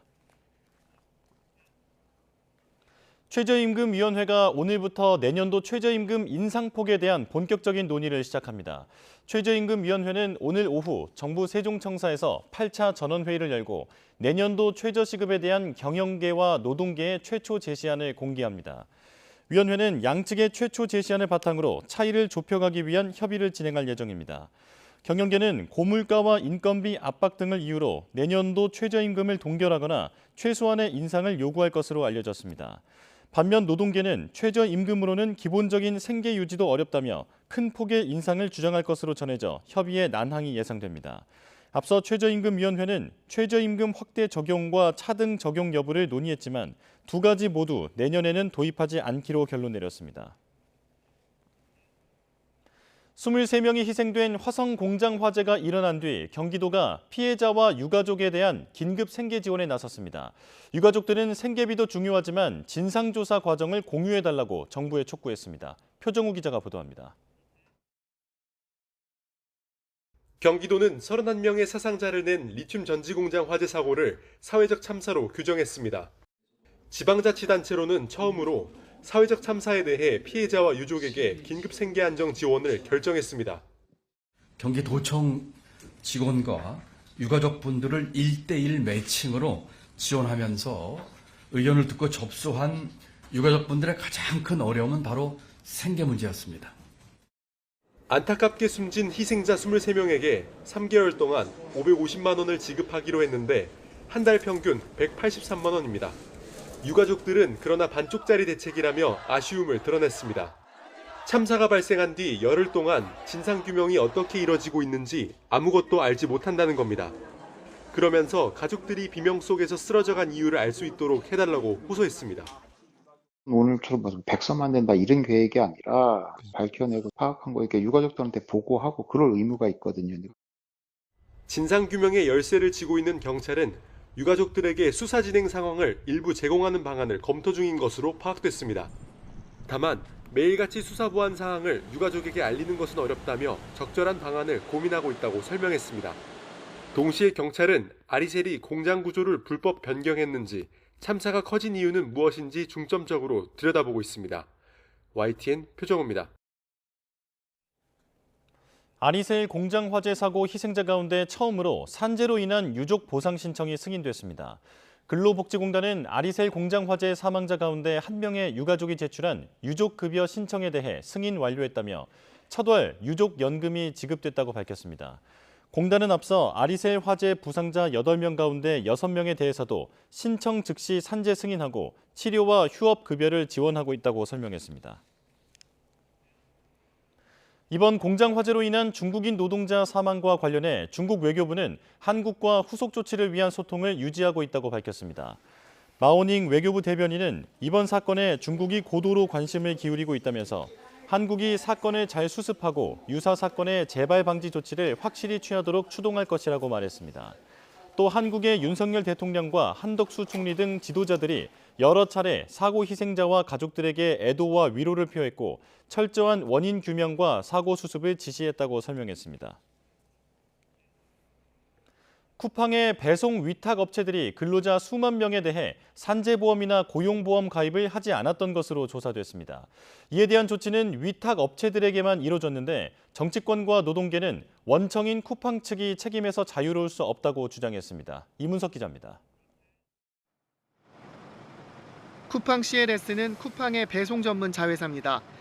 지난해 쿠팡 CLS 물류센터 위탁업체에서 근로자들의 산재보험과 고용보험을 가입하지 않은 사실이 잇따라 확인됐습니다. 한 위탁업체는 근로자에게 보험 미가입을 스스로 책임진다는 각서까지 강요한 거로 드러났습니다.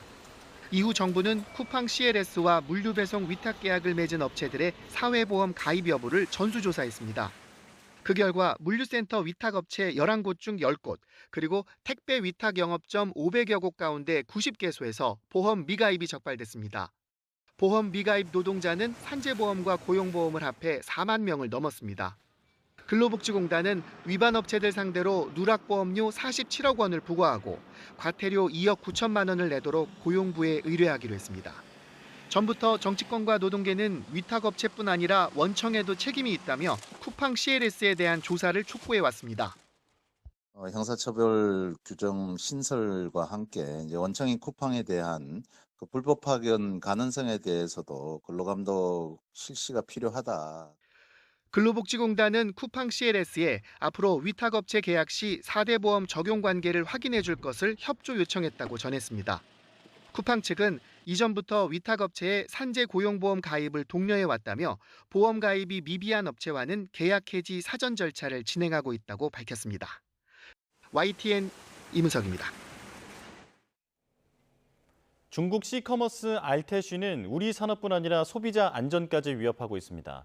환불이나 반품 등 기본적인 소비자 보호 조치가 없는 건 물론 치명적인 화학물질로 범벅되거나 안전장치도 없는 물건들이 국내로 쏟아지고 있습니다. 김연아 기자입니다.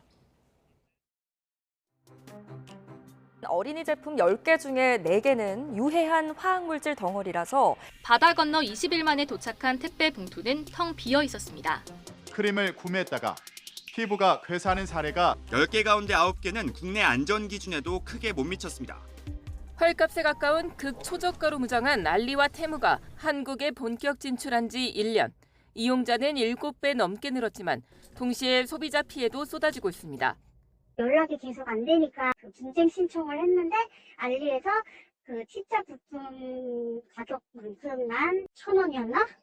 네, 그 정도만 환불을 해준다고 해서 치자 부품이 없으면 그건 아예 못 쓰는 거라서 폐기물 처리 비용이 원래 그거보다 더 크거든요. 가장 심각한 문제는 안전성입니다. 액세서리나 화장품, 빨대부터 학용품과 장난감, 의류 등 아이들이 종일 만지고 사용하는 것들까지 납과 카드뮴, 환경호르몬과 가습기 살균제 성분 등 온갖 화학물질이 다량 검출됐습니다.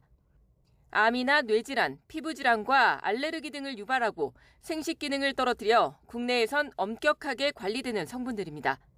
체내에 들어오면 굉장히 오랫동안 머무르는 것들이기 때문에 납이나 카드뮴 같은 것들은 이제 신장에 무리를 일으키는 경우가 생길 수 있는데 그런 정도의 농도에도 도달할 수 있는 거죠. 페탈레이트 같은 것들을 사용을 하면 성호르몬을 교란시킨다든지 아니면 비만을 유발한다든지 기타 또 암이 유발되는 것 같기도 하다 이런.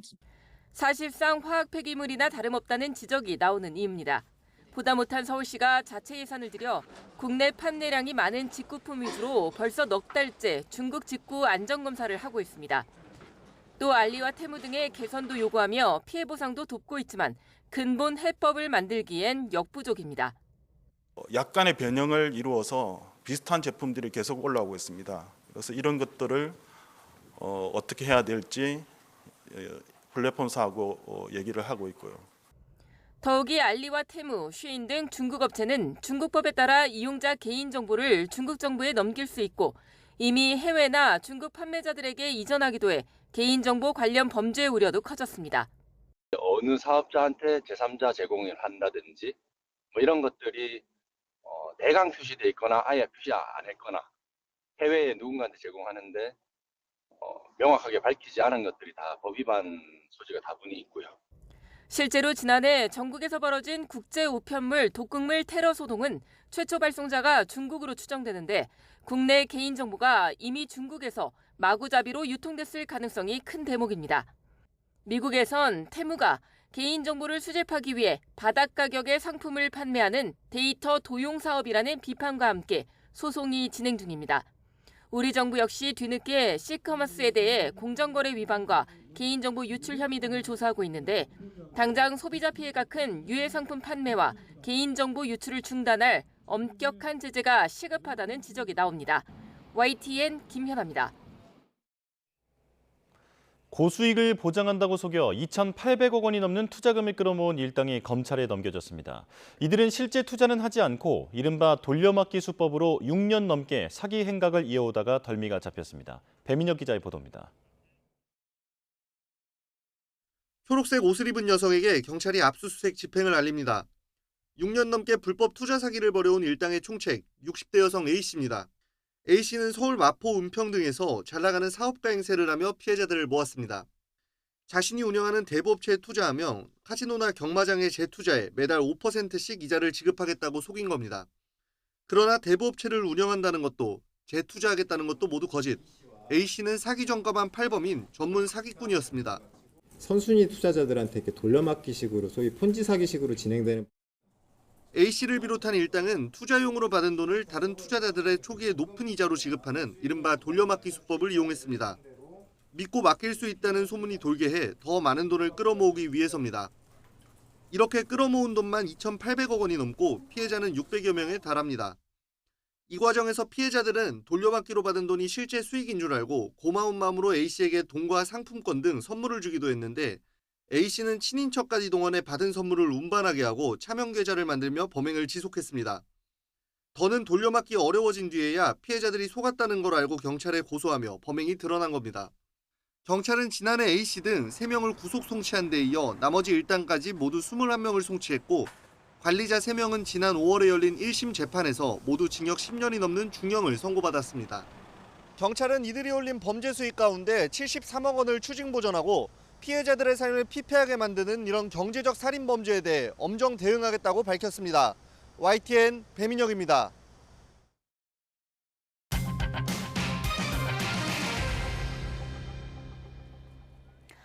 서울시청 인근에서 역주행 사고가 발생한 지 오늘로 사흘째입니다. 사망자 6명은 장례 절차를 치르고 오늘 이른 새벽부터 발인에 들어갔습니다. 경찰은 급발진을 주장하는 운전자 차모 씨를 상대로 오늘 정식 피의자 조사를 진행할 방침인데요. 추적기자 연결해서 자세한 내용 알아보겠습니다. 정현우 기자. 네, 정현우입니다. 네, 자 먼저 희생자들의 발인 소식부터 전해주시죠. 네, 사흘 동안의 장례 절차를 마치고 오늘 이른 새벽부터 장례식장에선 발인이 하나둘 시작됐습니다. 엄숙한 분위기 속에서 희생자들은 장지로 마지막 발걸음을 했는데요. 유가족들은 운구차를 보고 눈물을 쏟아냈습니다.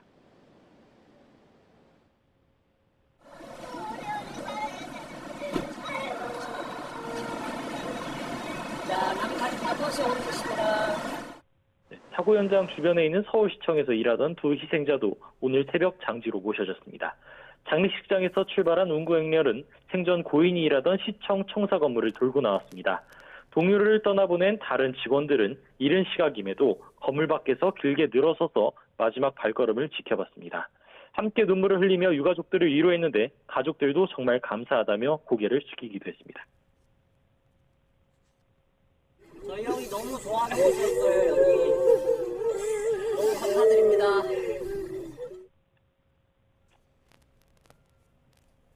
네, 오늘부터는 본격적으로 가해 운전자에 대한 조사도 시작되죠. 네, 경찰은 오늘 피의자 정식 조사에 돌입하겠다는 방침입니다. 68살 가해 운전자 차모 씨는 갈비뼈를 다쳐서 입원 중인데요.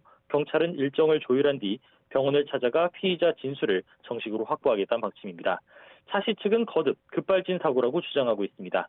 동승자인 차 씨 부인도 참고인 조사에서 브레이크가 말을 안 들었다는 취지로 진술하기도 했습니다. 다만 급발진이냐 운전 부주의냐 논란은 이어지는 상황입니다.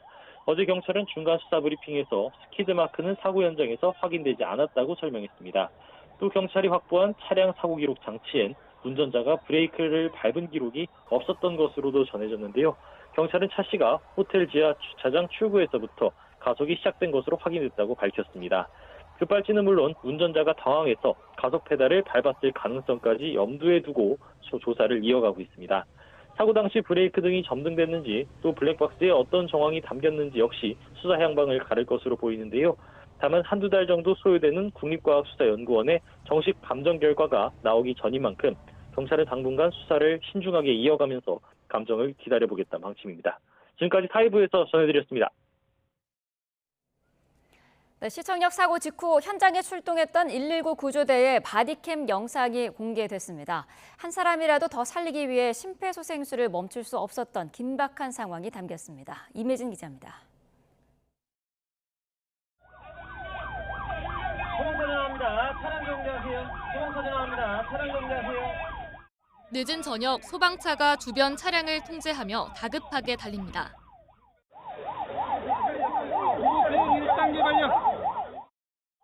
도착한 현장은 아비규환입니다. 사이렌 소리가 가득한 가운데 분주하게 움직이는 구급대원들이 보이고 부서진 차들 주변에 사람들이 쓰러져 있습니다. 이들에게 심폐소생술을 하는 구급대원들. 제발 호흡이 돌아오길 바라며 연신 가슴을 누르는 모습이 다급해 보입니다. 역주행 차량이 덮친 인도 쪽도 상황이 심각합니다. 자전거와 오토바이가 어디선가 튕겨나온 듯 널브러져 있고 인도와 도로를 가르던 난간도 형체를 알아볼 수 없을 정도로 부서져 당시 충격이 얼마나 강했는지 보여줍니다. 도로 곳곳에서는 여전히 심폐소생술이 진행 중이지만 끝내 돌아오지 못한 희생자들의 모습도 보입니다. 비극적인 사고가 발생한 현장. 지금은 시민들이 두고 간 국화꽃이 희생자들의 넋을 기리고 있습니다. YTN 임혜진입니다. 정신 나간 국민의힘 국회의원들은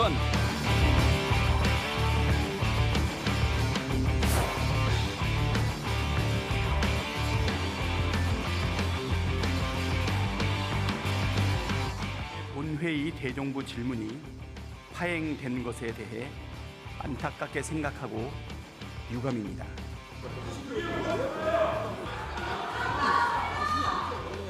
우리 당 의원의 거친 언사에 대해서 유감을 표하는 바입니다.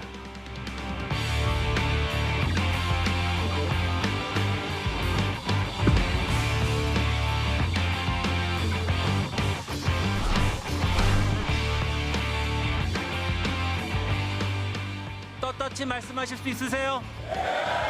더불어라는 말을 붙일 수 있습니까?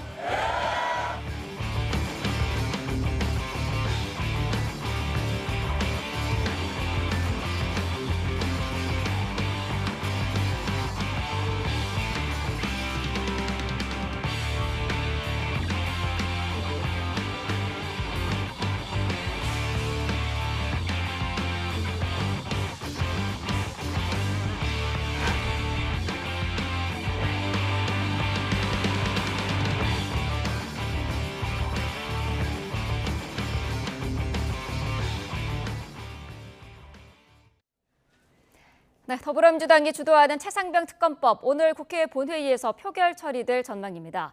앞서 오원식 국회의장이 어제 최상병 특검법을 상정하면서 국민의힘은 필리버스터 무제한 토론에 돌입했고 이에 민주당은 무제한 토론 종결 동의서를 제출했습니다. 야권이 토론 종료 요건인 제적 5분의 3, 180석 이상 의석을 가진 만큼 오늘 오후 표결을 거쳐 필리버스터를 종료하고 특검법을 처리할 것으로 예상됩니다. 민주당은 특검법이 통과되면 곧바로 교육, 사회, 문화 분야 대정부 질문 안건을 추가 상정해 회의를 진행하겠다는 방침입니다.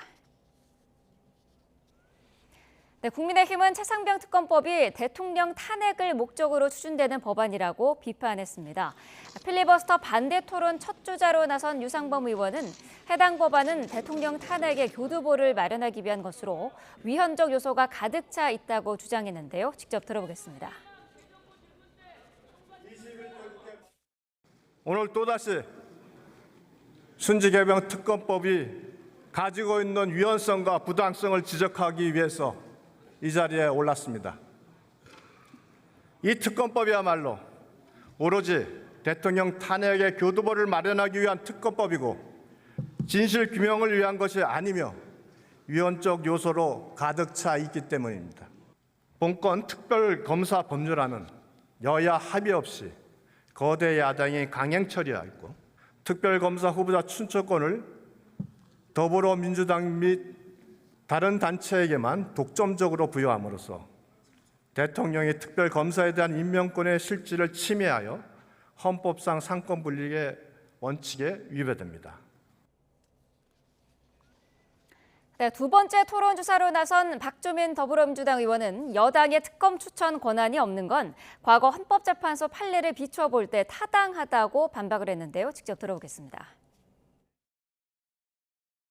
과거의 최순실 특검인데요. 최순실 특검 때 여당의 특검 후보 추천 권한이 없었습니다. 그러자 최순실 씨가 위헌적인 거 아니냐라고 헌법재판소에 소를 제기했는데 그 당시에 헌재가 문제가 없다. 적법 절차 원칙이 위반되지 아니한다라고 이미 판단을 내렸습니다. 여당의 특검 후보 추천 권한이 배제됐기 때문에 위헌적이다라고 얘기하는 것은 헌법재판소의 결정에 비춰봤을 때는 타당하지 않다. 공수처에 수사가 진행 중인데 그걸 막 무시하고 특검을 한다가 아니라 아까 말씀드렸던 것처럼 공수처의 여러 조직 또는 인력, 여건 상황을 감안한 것이고 공수처장 후보조차도 이러한 상황을 인정하고 있다는 점을 다시 한번 말씀드리니까. 대정부 질문을 앞두고 진행된 의사진행 발언에서는 현 시국을 보는 여야의 시각 차이가 극명하게 드러났습니다. 단독으로 법안들을 강행 처리하는 게 국민 앞에 떳떳하냐, 더불어 가는 게 맞느냐는 여당 의원의 질문에 민주당 의원들은 한 목소리로 네라고 대답하면서 윤석열 정권의 문제라고 반박했습니다. 들어보시죠. 야당 의원님들께 여쭙겠습니다. 지금의 국회의원이 의원님들께서 다짐했던 의정활동의 모습이 맞습니까? 국민께 이렇게 22대 국회를 만들어가고 있다고 떳떳이 말씀하실 수 있으세요? 민주당 이름 앞에 더불어라는 말을 붙일 수 있습니까? 잘 하자고 지금 얘기하는 거 아니겠습니까? 지금의 그러면 여야의 가장 대립에 있어서의 문제가 어디에 있냐면 저는 여야의 문제가 아니라 가장 본질이 뭐냐? 윤석열 정권의 기본적인 스탠스가 잘못되어 있다. 네, 때 아닌 인사 공방도 벌어졌습니다. 국민의힘 의원이 국회의장에게 관례인 인사를 하지 않자 고소항이 오고 간 건데요. 그 이후 더불어민주당의 일방적인 특검법 상정에 추경호 원내대표가 항의하는 과정에서 벌어졌습니다. 현장 한 번 다시 한번 보겠습니다.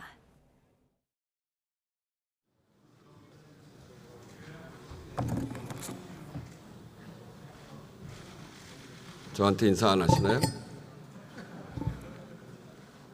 인사 받으실 수 양쪽의 행동만 해주시면 인사할 거예요. 그러면 인사하셔야지. 그렇게 생각하세요? 그러면 저는 그렇게 생각 안 해요.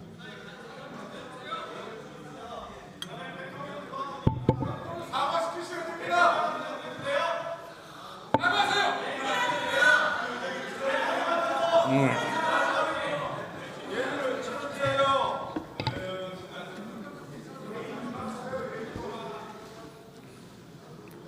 다 하셨어요? 시작하겠습니다. 계속하세요, 그럼.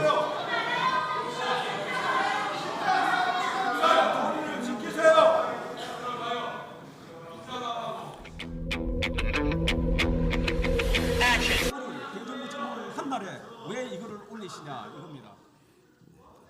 왜 의사십니까? 이런 전례도 없는데 왜 이런 의사 일정을 원칙으로 하지 마시라.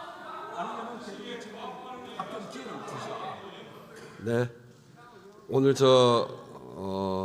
어제 이미 예고했던 안건이고 그래서 순서에 맞춰서 하는 것이고요.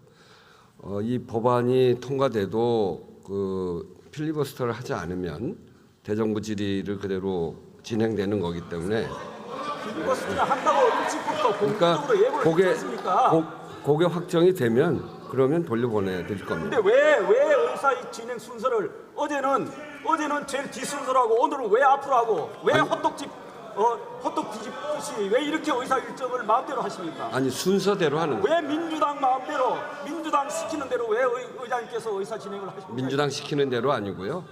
순서에 정해놓은 대로 하는 겁니다. 왜 앞뒤가 안 맞게 일관성이 없게 이렇게 진행을 하십니까? 네, 잘 알았습니다. 그러면 들어가시죠. 애초부터 오시지 말게 했어야 되는 거 아닙니까? 아니, 네, 들어가시죠. 이러니까 우리 의원들이 의장님께 인사를 안 하는 겁니다. 자, 이렇게 국회 본회의에 최상병 특검법이 상정되자 국민의힘이 곧장 합법적 의사진행 방해 필리버스터에 나섰습니다. 필리버스터, 정치 뉴스에서 종종 들려오는 말인데요. 한번 구체적으로 알아보겠습니다. 자, 필리버스터 간단히 말해서 합법적으로 의사 진행을 방해하는 무제한 토론입니다.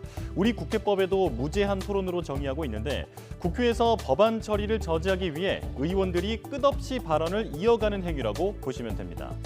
자, 무제한 토론이지만 규칙은 있습니다. 우선 필리버스터를 시작하려면 재적 의원 3분의 1 이상이 서명한 요구서를 국회의장에게 제출해야 합니다. 그리고 의원 한 명당 한 번씩만 발언할 수 있는데요. 이때 시간 제한은 없습니다. 발언 도중에 자리를 비우거나 의제와 관련 없는 발언을 하는 건 금지되어 있습니다. 그래서 최대한 시간을 끌기 위해서 관련 법조문이나 서적을 가져와 읽는 경우가 많죠. 자, 필리버스터는 우리나라의 1948년 재헌의회 때 도입됐는데요. 1973년 의원의 발언 시간을 최대 45분으로 제한하는 내용으로 국회법이 수정되면서 사실상 폐기됐습니다. 그리고 2012년 5월 국회 선진화법 개정안에 의해 부활했죠. 그럼 가까운 사례를 살펴보겠습니다. 먼저 2016년 2월 야권이 테러 방지법 의결에 항의하면서 무려 192시간을 이어갔는데요. 이때 민주당 이종걸 의원이 12시간 31분이라는 최장 기록을 세웠습니다. 그리고 2019년 12월 이때는 준연동형 비례대표제가 안건이었는데 의견에 찬성하는 쪽까지 토론에 참여한 첫 사례로 남았고요. 회기 종료로 토론이 끝난 첫 사례이기도 합니다. 그리고 2020년 12월 공수처법과 국정원법 개정안을 안건으로 토론이 시작됐는데 당시 국민의힘 윤희숙 의원이 12시간 47분을 발언하면서 최장 기록을 경신했습니다. 그리고 가장 최근 사례는 2년 전 이른바 검수완박을 안건으로 진행됐는데요. 민주당이 임시국회 회기를 단축하는 안을 통과시키면서 회기 종료와 함께 토론도 약 7시간 만에 끝났습니다. 회기가 끝나거나 자리를 이탈하거나 하는 경우 말고 강제로 필리버스터를 끝내는 방법도 있습니다. 재적 의원 3분의 1 이상이 종결 동의에 서명해서 국회의장에게 제출하고 24시간 뒤 무기명 투표를 진행해서 재적 의원 5분의 3 이상이 동의하면 필리버스터는 강제 종료됩니다. 이미 민주당이 종결 동의서를 제출한 상태라서 오늘 오후 표결을 거치게 되면 2년 3개월 만에 다시 시작된 무제한 토론은 강제 종료로 끝을 맺을 전망입니다. 네, 북한이 올해 상반기를 결산하는 노동당 전원회의를 마치면서 김정은 국무위원장의 경제 메시지를 알리는 데 집중했습니다. 전원회의가 끝난 뒤에도 연일 경제 행보를 부각하고 있는데 이유가 뭔지 짚어봤습니다. 이종원 기자입니다. 김정은 국무위원장은 나흘 동안 이어진 노동당 전원회의를 마친 다음 날 국방공업 기업소를 방문했습니다. 올해 상반기를 결산하는 당 공식 행사를 마친 직후 첫 공개 행보로 군수공장을 찾은 겁니다. 사실상의 군사동맹인 북러조약을 맺은 뒤라 대외 메시지에 관심이 쏠렸는데 거의 언급되지 않았습니다. 김정은 동지께서는 우리의 국방공업이 도달한 현대화의 높이는 기계공업부문만이 아닌 인민경제의 모든 부문이 짚고 올라서야 할 기준이고 목표이라고 하시면서 특히 이 자리에는 당 간부 100여 명을 대거 동원하며 경제 부분에 대한 지적 홍보에 공을 들였습니다. 북한 매체들 역시 경제 성과와 사업 집행 내역을 소개하는 데 집중했는데 대내외적 상황이 모두 반영된 메시지라는 게 전문가들의 분석입니다. 북러 정상회담을 통한 외교적 성과와 함께 민생 행보에도 나서며 대내외 결속을 이끌겠다는 의도가 깔렸다는 겁니다. 이미 북러 조약을 통해서 외교적 성과는 이미 선전할 수 있는 만큼 했다. 그렇기 때문에 이제 전원회의는 민생이나 경제에 집중하는 모습으로. 하지만 한편에선 미사일 도발을 이어가며 국방력 강화 일정을 계속 이어가겠다는 의지도 내비쳤습니다. 특히 전원회의 기간 김정은 배지를 착용한 모습을 처음으로 공개하며 주민들 향해 단독 우상화 작업도 본격화됐음을 알리기도 했습니다. 통일부 당국자는 북한이 이번 전원회의 기간 대남, 대미 관련 언급을 하지 않은 것에 대해선 배경이나 비공개 가능성을 계속 지켜보고 있다고 밝혔습니다. YTN 이종원입니다. 중러 정상이 카자흐스탄에서 열린 상하이 협력기구 SCO 회의에서 다시 만났습니다. 이번에 벨라루스가 SCO에 정식 합류하게 되면서 반미 연대는 더욱 강화될 것으로 보입니다. 베이징에서 강정규 특파원입니다. 시진핑 중국 국가주석과 블라디미르 푸틴 러시아 대통령이 또 만났습니다. 푸틴이 지난 5월 방중한 이후 한 달 보름 만이고 지난달 19일 평양을 다녀온 뒤 첫 대면입니다. 카자흐스탄에서 열린 상하이 협력기구 SCO 정상회의를 계기로 별도 회담을 한 겁니다. 为维护两国正当权益、捍卫国际关系基本准则做出努力。 Надеемся на участие наших коллег и на ваше участие на саммите в Казани в октябре этого года. 푸틴에겐 5 연임 이후 첫 국제회의이자 우크라이나 침공 뒤 고전과 고립의 탈출구이기도 합니다. 특히 동유럽의 유일한 맹방 벨라루스가 이번에 10번째 SCO 회원국으로 합류합니다. 지난해 중동에 이란이 가세한 데 이어 SCO의 반미 색채가 더욱 짙어지는 셈입니다. 중국도 미국과 유럽 등 민주진영의 견제에 맞서 권위주의 국가끼리 연대를 보여줘야 합니다. 인도 모디 총리가 다음 주 모스크바를 방문하면서도 이번 회의엔 불참한 배경입니다. 习近平主席将同与会各国领导人就新形势下深化各领域合作以及当前重大国际和地区问题深入交换意见。 2001년에 출범한 SCO는 이제 세계 육지 면적의 25%, 인구의 40%, GDP의 30%를 차지할 만큼 커졌습니다. 이번 회의가 끝난 뒤 중국은 7년 만에 순환 의장국을 맡아 앞으로 1년 동안 상하이 협력기구를 이끌어가게 됩니다. 베이징에서 YTN 강정규입니다. TV 토론 이후 궁지에 몰린 바이든 미국 대통령이 며칠 안에 여론을 돌리지 못하면 사퇴를 고려할 수 있다고 말했다는 언론의 보도가 나왔습니다. 백악관은 후보직 사퇴를 고려하지 않는다고 반박했지만 후폭풍은 쉽게 가라앉지 않고 있습니다. 워싱턴 권중기 특파원입니다.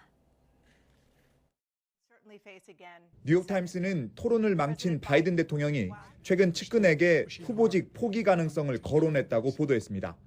향후 며칠 안에 대중을 설득하지 못한다면 대선 후보직을 구해낼 수 없을지도 모른다고 말했다는 겁니다. 이에 따라 금요일로 예정된 ABC 뉴스와의 인터뷰와 주말 유세에서 반드시 좋은 모습을 보여야 한다고 말했다고 신문은 전했습니다. 뉴욕타임스는 토론 이후 바이든과 트럼프의 지지율 격차가 더 벌어졌다는 여론조사 결과도 내놨습니다. 이에 따라 민주당 거액 후원자들이 플랜 B를 심각하게 고려하고 있다며 후보 교체 여론이 물밑에서 요동치고 있다고 전했습니다. 로이터는 또 민주당 의원 25명이 무더기로 후보 사퇴 요구를 준비한다고 보도했습니다.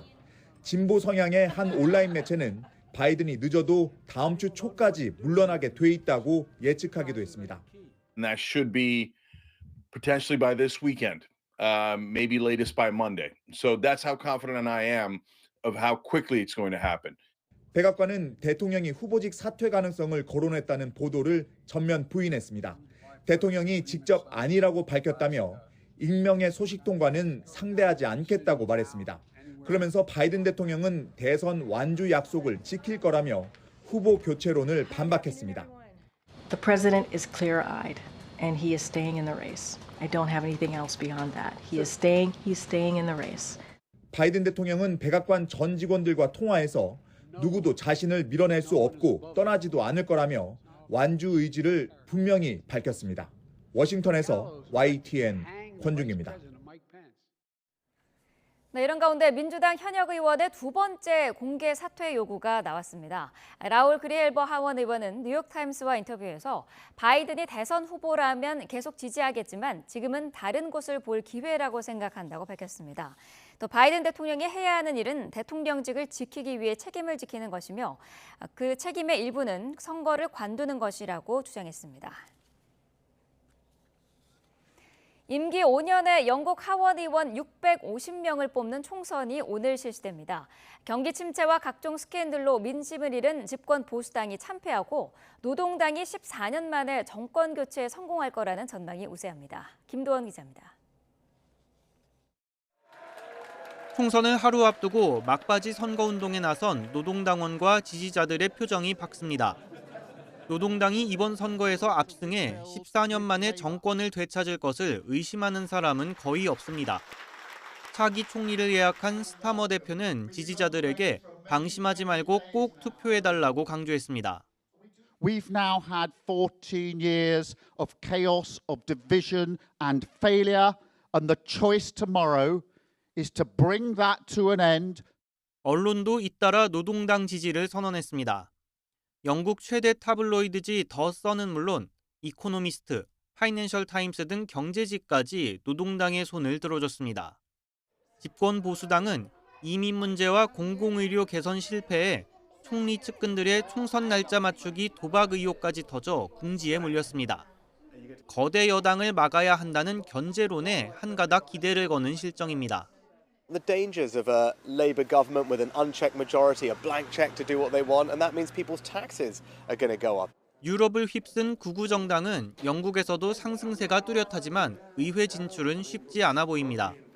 극우 성향 영국 개혁당의 정당 지지율은 보수당을 바짝 뒤쫓고 있지만 비례대표 없는 소선거구제인 선거제도 탓에 당선자는 극소수에 그칠 전망입니다. This is our first significant step towards a much longer term goal, which is aiming at 2029, but also is aiming at building a mass movement for common sense across the country. 투표는 우리 시각 오후 3시부터 15시간 동안 진행되며 개표 결과에 따라 다수당 대표가 총리를 맡게 됩니다. YTN 김도원입니다. 미국 중앙은행인 연방준비제도가 최근 물가가 잡히고 있지만 기준금리를 인하하는 만큼 충분하진 않다고 진단하는 것으로 나타났습니다. 연준이 공개한 6월 공개시장위원회 의사록을 보면 참석위원들은 인플레이션이 2%를 향해 지속적으로 움직이고 있다는 확신을 얻기 위해서 우호적인 경제 지표가 추가로 나와야 한다는 데 뜻을 모았습니다. 몇몇 위원들은 인플레이션이 반등할 경우 금리 인상이 필요할 수 있다고 언급했지만 대부분 참석자는 통화 정책이 예상치 못한 경제 약세에 대응할 준비가 돼 있어야 한다고 강조했습니다.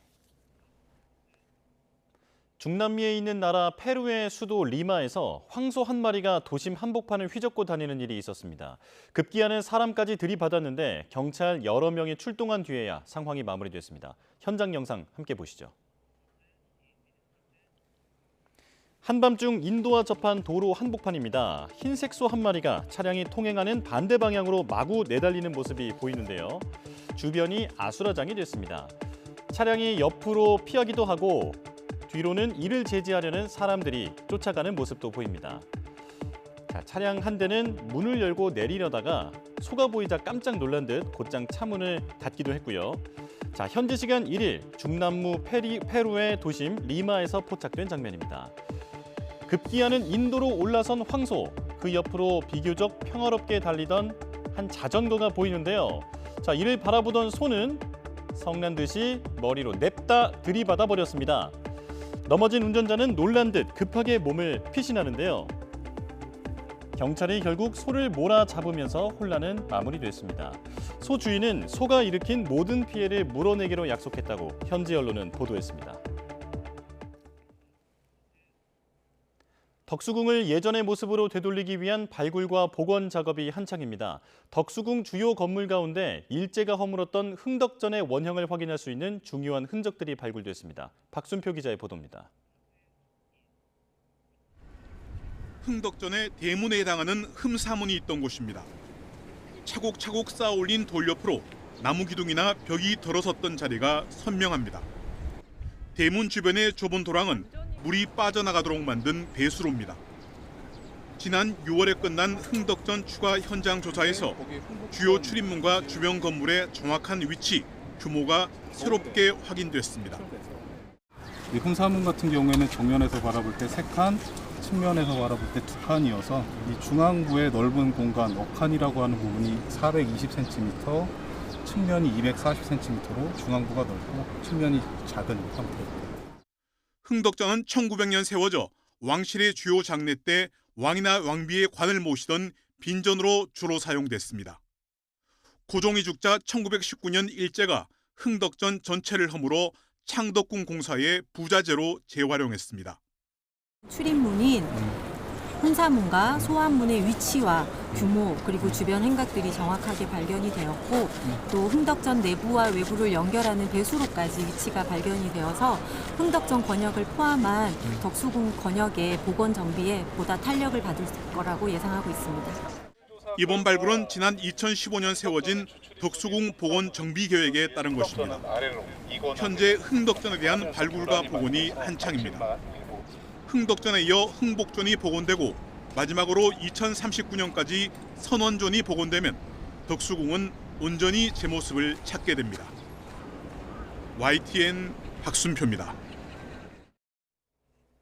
대구 간송미술관 개관에 맞춰 소개돼 국보와 보물 등 문화유산이 서울에서 대구로 이송됐습니다. 간송미술문화재단은 국보인 훈민정음 해례본과 보물인 신윤복의 미인도 등 문화유산 98점이 서울 성북구 간송미술관에서 대구 수성구 대구 간송미술관으로 이송됐다고 밝혔습니다. 이번 이송은 1938년 간송미술관 설립 이후 최대 규모로 경찰의 호송 협조를 받아 극비리에 진행됐습니다. 이송된 문화유산은 보존 처리 등을 거쳐 9월 대구 간송미술관 개관전에서 공개될 예정입니다. 정부가 역동경제 로드맵에서 요일제 공휴일 도입을 검토하겠다고 밝혔습니다. 쉴 때 제대로 쉬고 경기 활성화도 꾀하겠다는 건데 어떤 제도인지 이승은 기자가 보도합니다. 미국에는 월요일 공휴일법이 있습니다.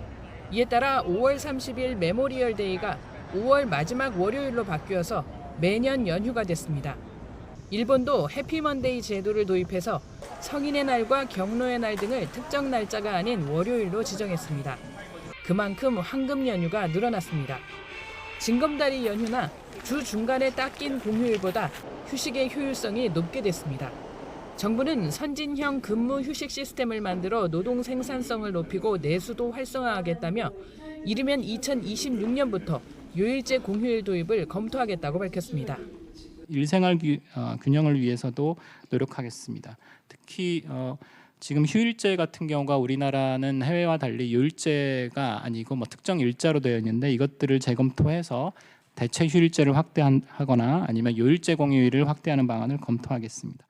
요일제 공휴일 관련 법안은 국회에서 여러 번 발의됐지만 본래의 공휴일이 가진 의미를 잃게 한다는 반발 등이 있어 통과되지 못했습니다. 정부는 해당 날짜의 역사적 배경이 약한 어린이날과 현충일 등을 월요일로 바꾸는 것부터 시작해 국민적 공감대를 확보해 나갈 방침입니다. YTN 이승은입니다.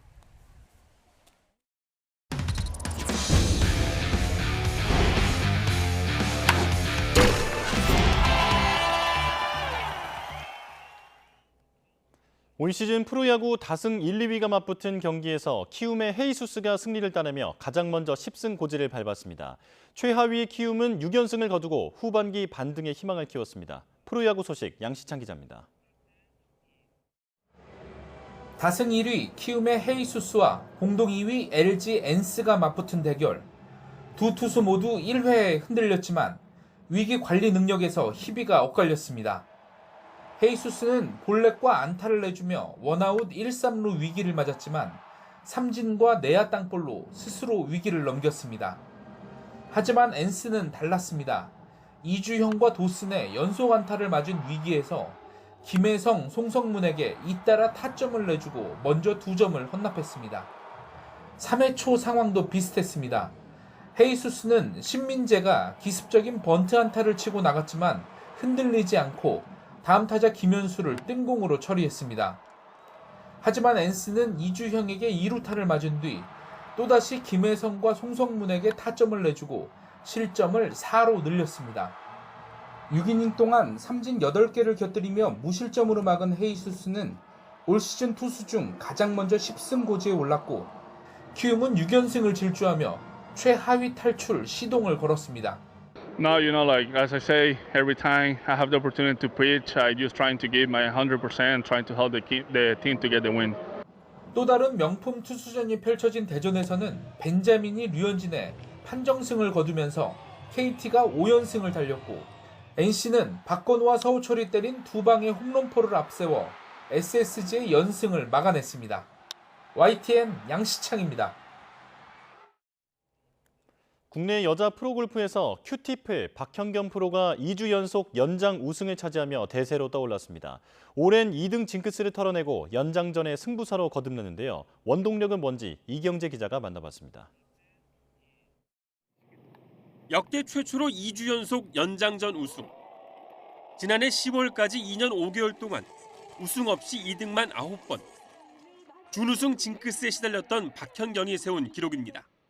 지금보다 오히려 더 많이 간절하고 진짜 더 열심히 하고 진짜 더 갈망했을 때는 그렇게 우승이 안 되더니 이제 조금 더 내가 여유를 갖고 좀 즐겁게 플레이를 하려고 하니까 이렇게 또 우승이 나오는 거 보고 그때 9번의 준우승을 할 때 그 시간이 진짜 아무것도 아닌 시간이 아니었구나라는 걸 진짜 많이 느꼈어요. 마음만 갖고 된 건 아닙니다. 시즌 전 드라이브샷 비거리를 10야드 늘렸더니 골프가 더 편해졌습니다. 벙커나 아니면 해저드나 어디를 건너가야 할 때 진짜 좀 애매한 거리들이었어요. 내가 진짜 전주훈련에서 길을 쓰고 5야드에서 10야드는 무조건 내가 늘려야. 동료들의 실력 가운데 가장 탐나는 건 뭘까? 지영 언니가 웨지샷만 잡았다면 다 버디를 할 것 같고 다 붙일 것 같아요. 민지 언니는 잘 될 때 안 될 때 항상 그 자신감이 떨어지지도 않고 너무 높아지지도 않고 그 적절한 그 선에서 그게 유지되는 게. 갑작스러운 질문에도 요즘 자신의 골프처럼 막힘이 없습니다. 박현경에게 큐티풀이란? 열정을 식지 않게 해주는 존재의 붙을. 제가 아버지란? 아버지요? 내 삶의 은인? 내 삶의 골프 4글자인데? 5글자. 5글자 맞네. 감사한 인생 같아요. 대세로 떠오른 만큼 이루고 싶은 꿈도 많습니다. 대상을 먼저 타면요. 물론 한 해에 다 될 수도 있지만 그리고 상금왕, 그다음에 다승왕, 최저 타수상 다 하고 싶죠. 그리고 국내 투어에서 또 10승 이상도 넘고 싶고. YTN 이경재입니다.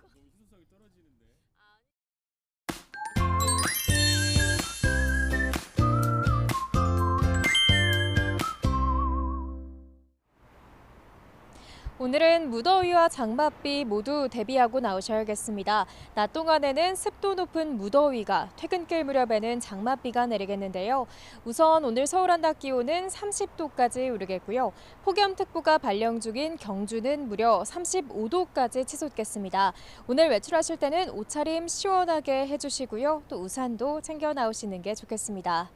오늘은 전국의 하늘빛이 잔뜩 흐리겠고요. 남서풍의 영향으로 제주도는 오전까지, 호남과 경남 서부는 오전부터 오후 사이 가끔 비가 내리겠습니다. 지난 밤 사이 동해안을 중심으로 열대야가 나타난 데 이어 폭염주의보가 이어지는 남부지방은 낮 동안 체감온도가 33도 안팎까지 치솟겠는데요. 오늘 서울 한낮 기온 30도, 광주 32도, 대구는 34도까지 오르겠습니다.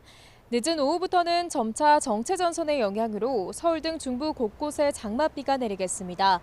이후 밤 사이에는 그 밖의 전국이 정체전선의 영향권에 들겠는데요. 특히 취약 시간대인 밤 사이 시간당 20에서 최대 50mm의 집중호우가 예상됩니다.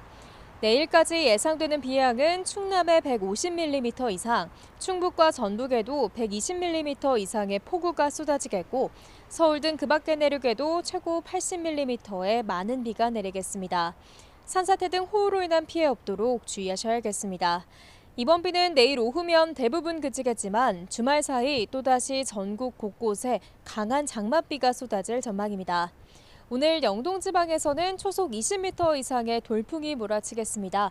이 지역에 계신 분들은 시설물 관리와 안전 사고에 각별히 유의하시기 바랍니다.